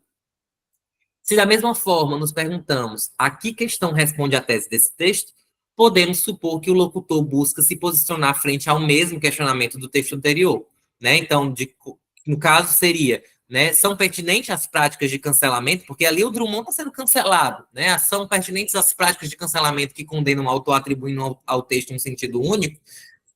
E aí a gente entende que o autor, né, o Antônio Prata, também é contrário a essa perspectiva. Não é pertinente essa prática, só que para a defesa desse ponto de vista, né, que é só suposto, que fica implicitado essa tese, ele não se vale de argumentos, mas de outras estratégias que são comuns ao gênero em questão. E aí, para uma conclusão preliminar, né, porque muito incipiente, a gente está buscando discutir e desenvolver isso durante a tese, que para reconhecer a existência, né, da visada argumentativa em um texto, é importante compreender que uma análise apenas composicional dos textos talvez não seja suficiente para dar conta de algumas questões sociointeracionais e discursivas que se impõem quando a gente lida com a perspectiva retórico-discursiva da argumentatividade, né? Nesse caso, os textos aqui que a gente analisou dão indícios de que a sequência argumentativa ela pode não ser a única forma de fazer surgir uma tese em um dado texto. É preciso esclarecer, né, que não pensamos que em todo texto haja uma tese, mas estamos supondo que, e esses talvez sejam os dois grandes pontos, né, dessa reflexão que eu tenho feito, que em um texto que não se organiza por uma sequência argumentativa dominante, possa haver uma tese, e que uma tese possa existir independentemente da explicitação de argumentos. Esse é um ponto, já que eu abro a fala, só para terminar essa conclusão, esse é um ponto muito chave para mim, por quê? Porque isso mexe com as categorias, né? Num diálogo que eu estava tendo com o professor Paulo, né, que inclusive já assistiu mais ou menos essa apresentação, porque ela é parte do que eu apresentei no workshop, já acrescido de algumas reflexões posteriores. O Paulo falou, Rafael, ok, a reflexão que é feita, ela é pertinente, né? Eu vejo o fundamento no que você está trazendo, mas talvez você precisa mexer um pouco na noção de tese. E aí eu falei, não, Paulo, eu entendo, talvez a noção de tese, para abarcar isso que eu tenho refletido, tem que ser um pouco ampliada, né? Mas eu compreendo de que há um movimento de defesa, né? Uma espécie de fundamentação, só que ela não se dá pelas vias, né, da racionalidade argumentativa, como a gente costuma ver. Ela se dá por outros tipos de estratégias, mas a serviço de um posicionamento que é bem central dentro desse texto. A gente termina esse texto entendendo, peraí, o autor quis dizer isso, o autor quis defender isso, né? E ele foi muito criticado. Eu nem trouxe isso no artigo, mas o Antônio Prata foi muito criticado, né? As pessoas entenderam bem, a ficha caiu e começaram a rebater, né? Então, criou-se quase uma polêmica em um ambiente digital, praticamente uma polêmica, que teve como o texto disparador dessa polêmica, com posicionamentos distintos, a própria crônica. Né? E para concluir, porque esse é o último ponto, é o último slide, e eu passo as perguntas, a fala do Ananias, uma hipótese que eu tenho sustentado na minha tese em andamento é de que há um contínuo argumentativo com diferentes formas de argumentação ou de argumentatividade, né? Estou usando esses termos aí como um pelo outro. E de que essa variabilidade das formas de argumentar ocorre mesmo dentro da visada argumentativa, né? Porque a gente tinha até então a perspectiva de uma visada mais una, né? A visada são os textos com sequência argumentativa dominante. E o que eu tenho tentado mostrar é que a visada pode ser mais mista, ela pode ter textos que não são tão prototípicos assim, né? E aí eu digo, né? Porque há textos protótipos de visada, mas há também formas menos prototípicas que se situam em regiões marginalizadas e limítrofes da conceituação, mas que, como a gente vai defendendo dentro da tese, né, não deixam de ter uma visada argumentativa. Então, a gente está indo em busca, a minha tese em andamento tem ido em busca do critério, né? Inclusive, tenho desenvolvido uma reflexão sobre o que eu tenho chamado de célula argumentativa central.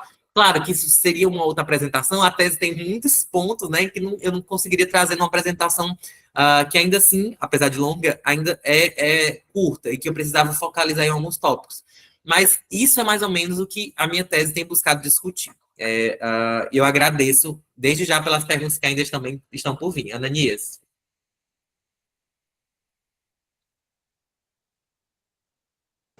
Acho que a Ananias caiu, né? Parabéns pela apresentação, Rafinha. Obrigado. Excelente. E sendo uma finalização, né, porque eu achava que o Ananias ainda ia falar, essas são as minhas referências, e aí eu deixo o meu agradecimento eterno, né, à Mônica. Isso é a dedicatória da minha tese, né, que desde o momento que aconteceu o que aconteceu, eu defini essa dedicatória, a Mônica Magalhães Cavalcante, que brilha no que sou. Isso é um trecho de uma música do Caetano Veloso que eu amo, chama Mãe. E eu defini isso, está lá na minha tese, já que eu passei do projeto para a tese, né, a estrutura da tese, eu já deixei lá a dedicatória, em agradecimento dessa pessoa, assim, que eu não consigo mensurar em palavras, mas que me formou como ser humano e como pesquisador. Então, todas essas discussões, esse debate, né, essa vontade de trazer a minha tese para a discussão, ela só é possível porque um dia existiu a Mônica, né, assim, na minha vida. Então, eu agradeço profundamente, né, a ela, e a ela dedico essa tese e todos os outros trabalhos que, eventualmente, eu ainda irei fazer nessa minha vida acadêmica.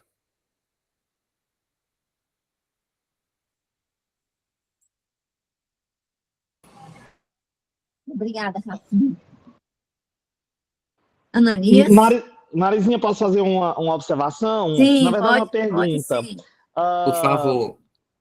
Rafael, primeiro, muitos parabéns. Enfim, você nos faz refletir sobre muitas, muitas coisas, né? Então, obrigado pelo momento, por permitir que a gente aprenda com você e reflita sobre tanta coisa a partir do que você e a Mônica colocaram nesse texto. Mas eu queria que você, se possível, pensasse comigo, ou na verdade, respondesse o que você pensa sobre o seguinte: considerando que os textos se caracterizam muito mais pelo imbrincamento de sequências do que pela predominância de um tipo, né? No geral, os textos se caracterizam muito mais por esse imbrincamento. Considerando que todas as macroproposições de uma sequência não precisam necessariamente estar presentes em um texto para que seja possível identificar uma sequência naquele texto. Então, por exemplo, se a gente toma a sequência argumentativa, para que identifique uma sequência argumentativa num texto, não há necessidade ou uma obrigatoriedade quanto ao fato de que todos os tipos de macroproposições sejam percebidas ali naquele texto. Considerando esses dois aspectos, por que a gente não pode pensar, por exemplo, que essa tese suposta nesse segundo texto, ela seria uma macroproposição apenas da sequência argumentativa ou de uma sequência argumentativa nesse texto? Não sei se eu consegui ser claro para você, mas eu fiquei pensando a respeito disso, se você puder falar. Obrigado. Excelente, Ananias. Muito obrigado pela pergunta. Eu pensei, sim, já nesses pontos. O que me reflete muito, claro, essa questão, inclusive, das sequências, né? A questão da dominância, mas a heterogeneidade das sequências, tá? Inclusive, a gente reflete sobre isso no artigo, mas um ponto que me chamou a atenção é que você falou claro que eu precisaria buscar isso com mais vagar, essa reflexão, mas tem um ponto que me chama a atenção, é que a gente tem ali um texto, né, com a dominância de uma sequência narrativa, né, a gente vê toda uma descrição de cenas, a composição de personagens, o texto vai, inclusive, chegando a um clímax, etc. Mas o que vai me chamar a atenção é que, à medida que a gente vai se afastando da prototipia, né, da visada, e também da sequência argumentativa, se a gente entender que a prototipia da visada é a sequência argumentativa, né, e eu tenho entendido isso junto com Cavalcante, Pinto e Brito, né, nesse texto de 2018, a gente vai também tendo uma tese e é muito implícita só, né, e que ela se reconstitui de uma maneira bastante feita mesmo pelo analista. Então, assim, eu não sei dizer, por exemplo, se é possível falar numa macroproposição da sequência argumentativa, nesse texto, por exemplo, que há uma tese, né, e que essa tese se comporia como uma macroproposição da sequência argumentativa. Isso eu precisaria entrar, né, em mais detalhes nesse aspecto, para não dar uma afirmação, né, leviana, mas assim, não me parece que seja o caso deste texto.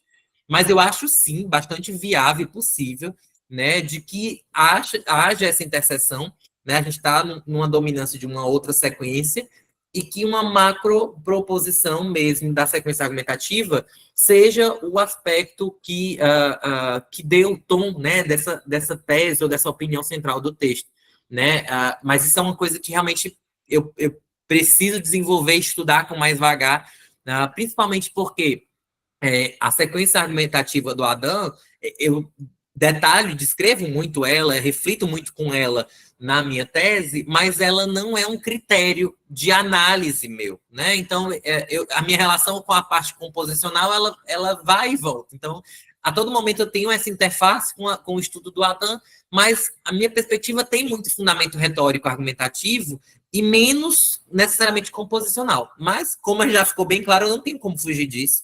E eu achei excelente a pergunta, porque eu acho que é um aspecto para o qual eu preciso voltar minha atenção ao longo desses próximos meses, pelo que eu agradeço muito a sua pergunta, Ananias.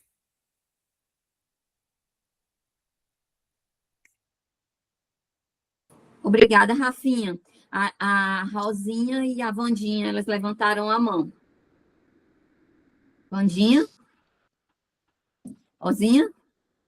Posso falar? Eu não sei, Wanda. Vandinha quer Pode falar? falar, Rosalie. Pode falar, Rosalie.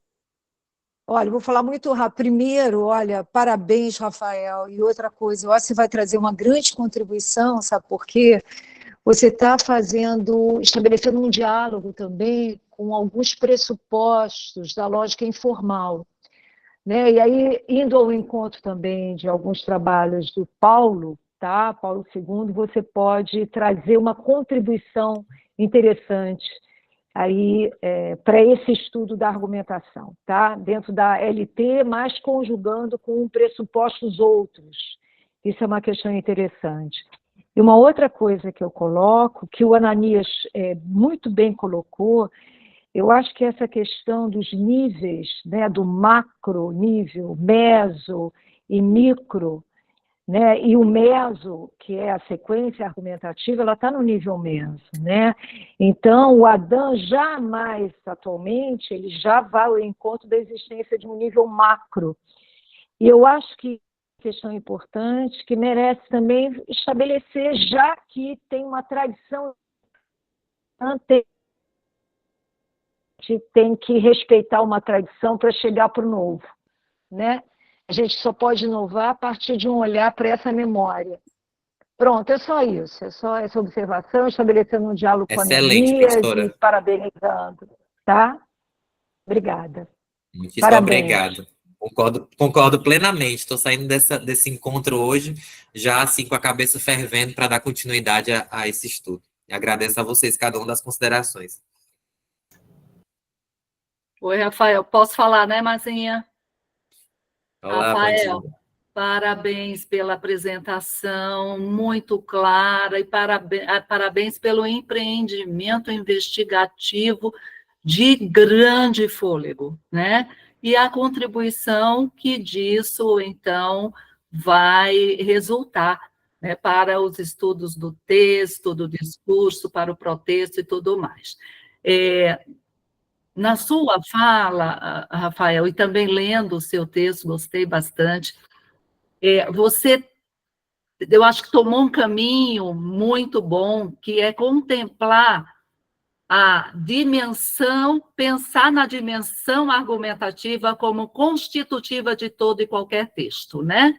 E dentro dessa amplidão, se tem ali, digamos, subconjuntos que se caracterizam diferentemente por conta de uma visada argumentativa. No quadro ou no conjunto desses textos que podem, digamos assim, estão aí situados nessa visada argumentativa, você tem um espectro.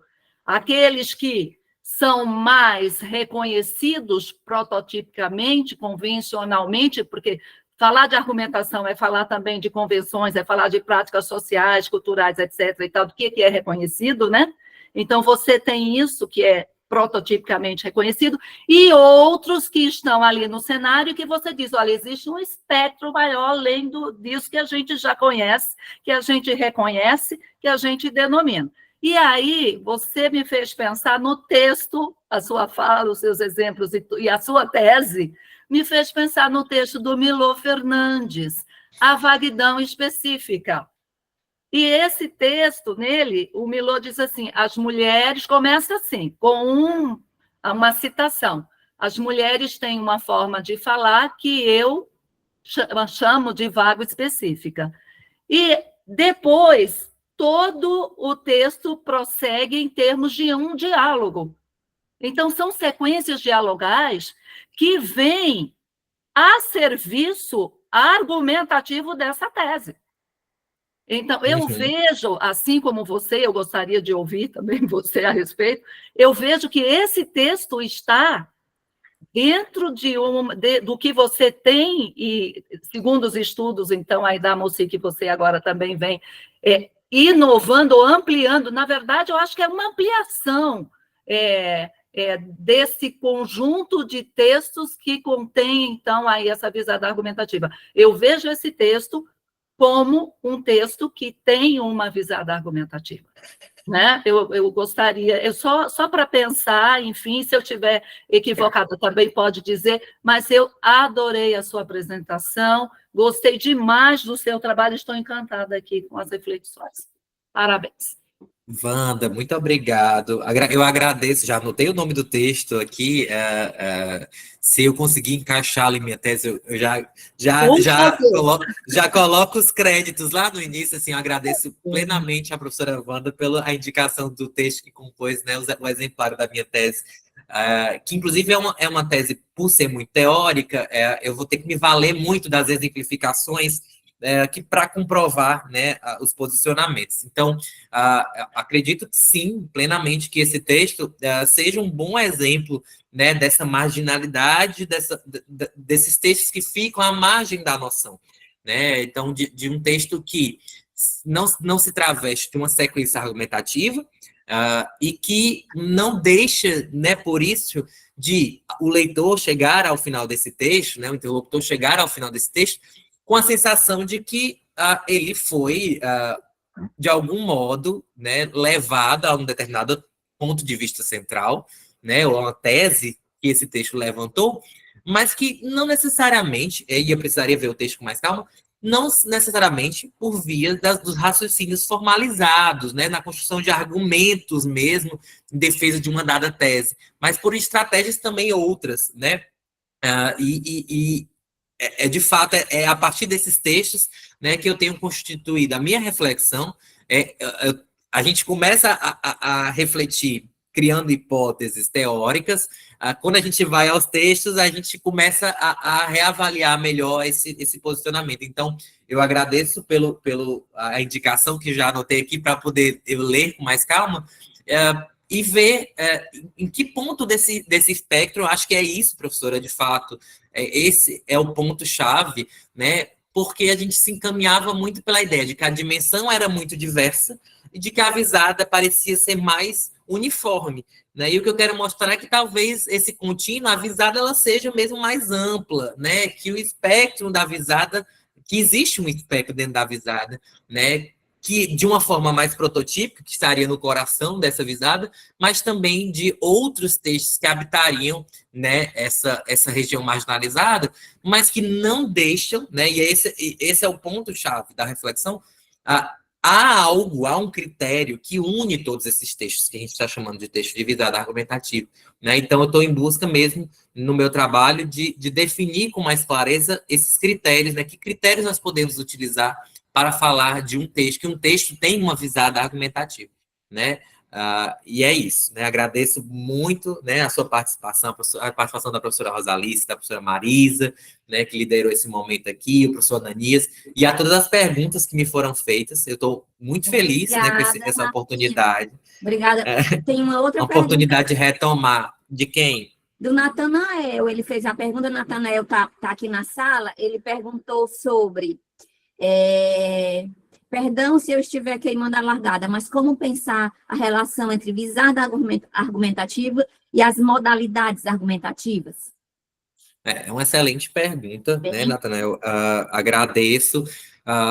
Na minha tese, né, a Mocela tem muitas categorias teóricas, né, visada, dimensão, modalidade. Né? Na minha tese, eu optei por não trabalhar com a noção de modalidade argumentativa. Né? E isso eu tento justificar muito bem dentro da tese, né? Porque não é um abandono da categoria como se ela fosse inutilizada, de forma alguma. Eu acho que há muito pano para manga para o desenvolvimento das modalidades, mas que carecem mesmo de uma apropriação por parte de quem as estuda. Né? E eu não conseguiria dar conta. Né? Veja só, eu comecei a estudar a dimensão argumentativa achando que a minha intenção era entender o que é que caracterizava a dimensão, mas me vi percebendo, né, me dando conta de que a própria visada já era bastante complicada, tinha outros pontos. Então, eu tive que tomar algumas decisões teóricas, e uma dessas decisões que eu tomei foi de não dialogar com a noção de modalidade argumentativa. Né? Mas acho que isso é um excelente estudo a ser feito, inclusive. Né? Entender a relação das modalidades argumentativas com as noções mesmo dessa visada e dimensão. Porque a Moci sugere, mas ela não desenvolve muito isso nos trabalhos, né? Então, a gente compreende, né, por uma questão mesmo de reflexão sobre a prototipia da argumentação, de que algumas modalidades argumentativas se enquadrariam numa visada, mas outras modalidades, né, poderiam tanto estar de um lado quanto estar de um outro, né? Eu falo muito claramente, por exemplo, da modalidade PATEME, né, a professora Mônica trabalhou em alguns artigos, né, até a dissertação da Jeana, porque a modalidade patêmica, no meu entendimento, né, se eu me valesse melhor dessas categorias, que não é o que eu faço dentro da minha tese, eu acho que ela poderia estar transitando dentro desse contínuo, né? Ora tendo uma visada, podendo ter uma visada, ora tendo mais uma dimensão. Então, acho que esse é um estudo que certamente vai estar lá nas conclusões do meu trabalho como indicação a ser desenvolvido, como lacunas que o meu trabalho deixa já nesse momento. Ótimo, obrigada, viu, Rafinha? A Janaica levantou a mão, a gente vai terminar agora, Janaica, bem rapidinho aí, que a gente já está passando no nosso horário, né? Mas aí, Janaica, faz aí a tua... É rapidinho, vou resumir. Na verdade, é um questionamento em cima de um outro questionamento que foi feito aí bem antes, da Maria Francisca, eu acho que é o nome dela, quando ela perguntou, né, isso me chamou a atenção, que a dimensão, se a dimensão argumentativa, ela equivaleria ao consenso e a visada equivaleria a um dissenso. Eu acho que esse questionamento, ele traz em si, talvez, um pressuposto de que a visada seria constitutivamente polêmica. Aí, como é que você se posiciona, trazendo essa outra variável, né, que talvez a questão, né, dialógica e tal, como é que você vê? Você vê a visada como constitutivamente polêmica? Janaica, vamos lá. Isso envolve mais algumas novas categorias, né, que a gente está trabalhando. Eu não... Assim, vamos partir de um pressuposto de que toda argumentação parte de algum tipo de dissensão, né? Ninguém argumenta quando há um consenso, certo? Então, a dissensão, ela é constitutiva de toda a construção argumentativa. Deve haver certo tipo de divergência, né, mesmo que ela se dê ainda de uma maneira muito, né, até você falou do dialogismo, é um pressuposto básico, inclusive, a você trabalha, né, a ideia de que a gente tem ali o nosso dizer sempre responde a outros dizeres e há, de algum modo, sempre algum tipo de oposição. Isso é um pressuposto da análise do discurso, né, só que na argumentação, essa noção de dissenso e consenso, ela já vai sendo mais operacionalizável, né? Então, o que se tem normalmente se concebe que nas teorias da argumentação, né, isso não necessariamente na do Ruth Almossi, as teorias, elas vão, em certa medida, em busca, né, dos consensos, porque se a gente tem uma dissensão eterna, ad eterno, a gente cai na modalidade polêmica, né, que é justamente a que a Moci buscou desenvolver, né, mostrar a relevância do dissenso, né, mas num dissenso contínuo, porque a gente vê que na perspectiva da Moci, a gente não tem um dissenso que se resolve, ao contrário das outras perspectivas da argumentação, em que a gente, os interactantes na ação argumentativa, eles buscam chegar a um certo tipo de consenso, não necessariamente chega também, né, isso na modalidade polêmica vai ganhando novas proporções, tem a questão social, né, a divisão social de grupos, então tem outras camadas de desenvolvimento. Eu não acho que é necessário e é possível fazer paralelos de dissenso e consenso em relação à visada e à dimensão argumentativa, né? Eu acho que todo o uso argumentativo pressupõe, de algum modo, oposições de ponto de vista. Então, a gente tem, no âmago da questão, dissensos vários, né?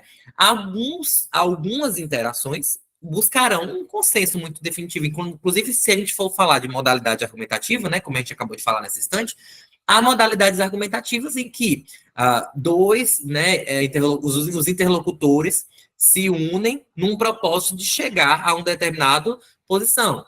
Exemplo clássico, a reunião de condomínio, né? Precisamos resolver um problema, né? Então, nós vamos buscar soluções em torno desse problema. Então, Então, a gente parte de alguma problemática em busca de um consenso, né? Então, mas na modalidade polêmica, a gente já tem outro ponto. Então, eu não acho que essas noções, elas, de algum modo, precisam ser ou estão relacionadas à visão e dimensão, né? Visada e dimensão argumentativa. Então, Acho que elas... Olhando para o outro polo da dimensão como consenso, talvez seja realmente perigoso, né? Dizer que a dimensão possui um consenso.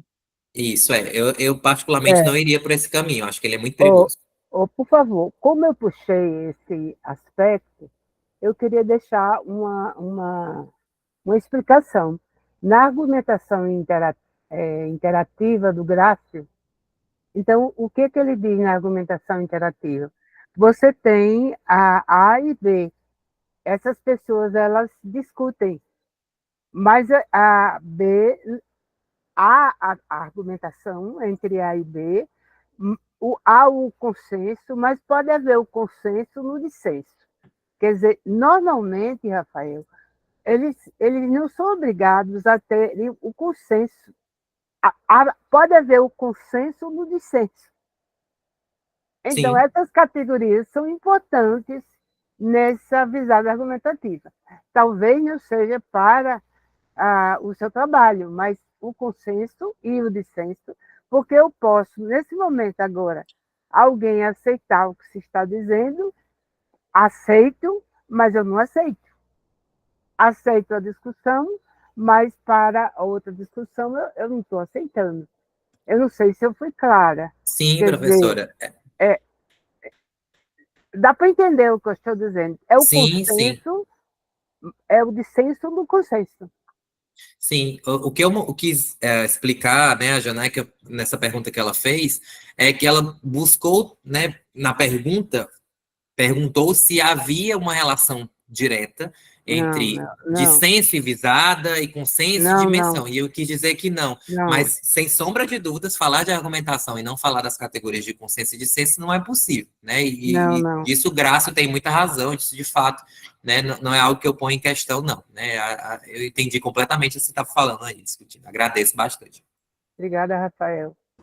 Obrigada. Parabéns. Obrigado. Obrigada. Obrigada, Janeca. Obrigada, Rafinha. Parabéns, viu? Excelente nossa discussão de hoje. E a gente continua, né? A gente vai continuar. Muito obrigada pela presença de todas e todos aqui. E a gente continua no nosso nossas reuniões são daqui a 15 dias, né? Não é isso? E eu queria até confirmar com a Vandinha, que é o teu orientando. Vandinha, você confirmou com o Denis para a nossa próxima... Não, ele é em outubro. E o Denis é em outubro, né? É. Ótimo. Então, a gente divulga o nosso próximo, né, o nosso próximo encontro. Então, muito obrigada. Vamos tirar só uma foto? Vamos. Mazinha, a Rosalice está com a mão levantada? Tá, não. A Rosinha quer falar. Desculpa, eu esqueci. Desculpa. Mazinha, parabéns pela condução do trabalho, viu? Nós nos sentimos muito bem acolhidos e confortados com o seu jeito amigo. Muito bom. Então, obrigada, Rosinha. Mazinha, muito obrigada. Tão bom estar aqui com você, matando essa saudade. Ai, coisa boa a gente estar aqui, viu? Então muito obrigada, estou muito feliz. Vamos tirar uma fotinha.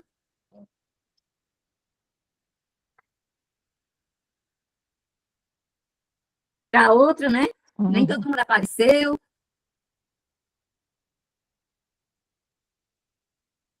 Pronto, quem mais vai abrir a janelinha?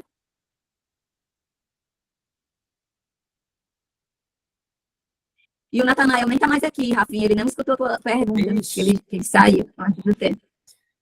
Pronto, muito obrigada, viu? Então, até a gente vai divulgar, muito obrigada a todo todo mundo mundo. a lista de presença, e até o nosso próximo encontro. Beijo, gente, um abraço. Obrigada, Rafinha. Tchau, pessoal, boa noite para todos. Tchau, tchau. Tchau. Beijos. Mazinha, vou te ligar, vou te ligar. Tchau. Beijo.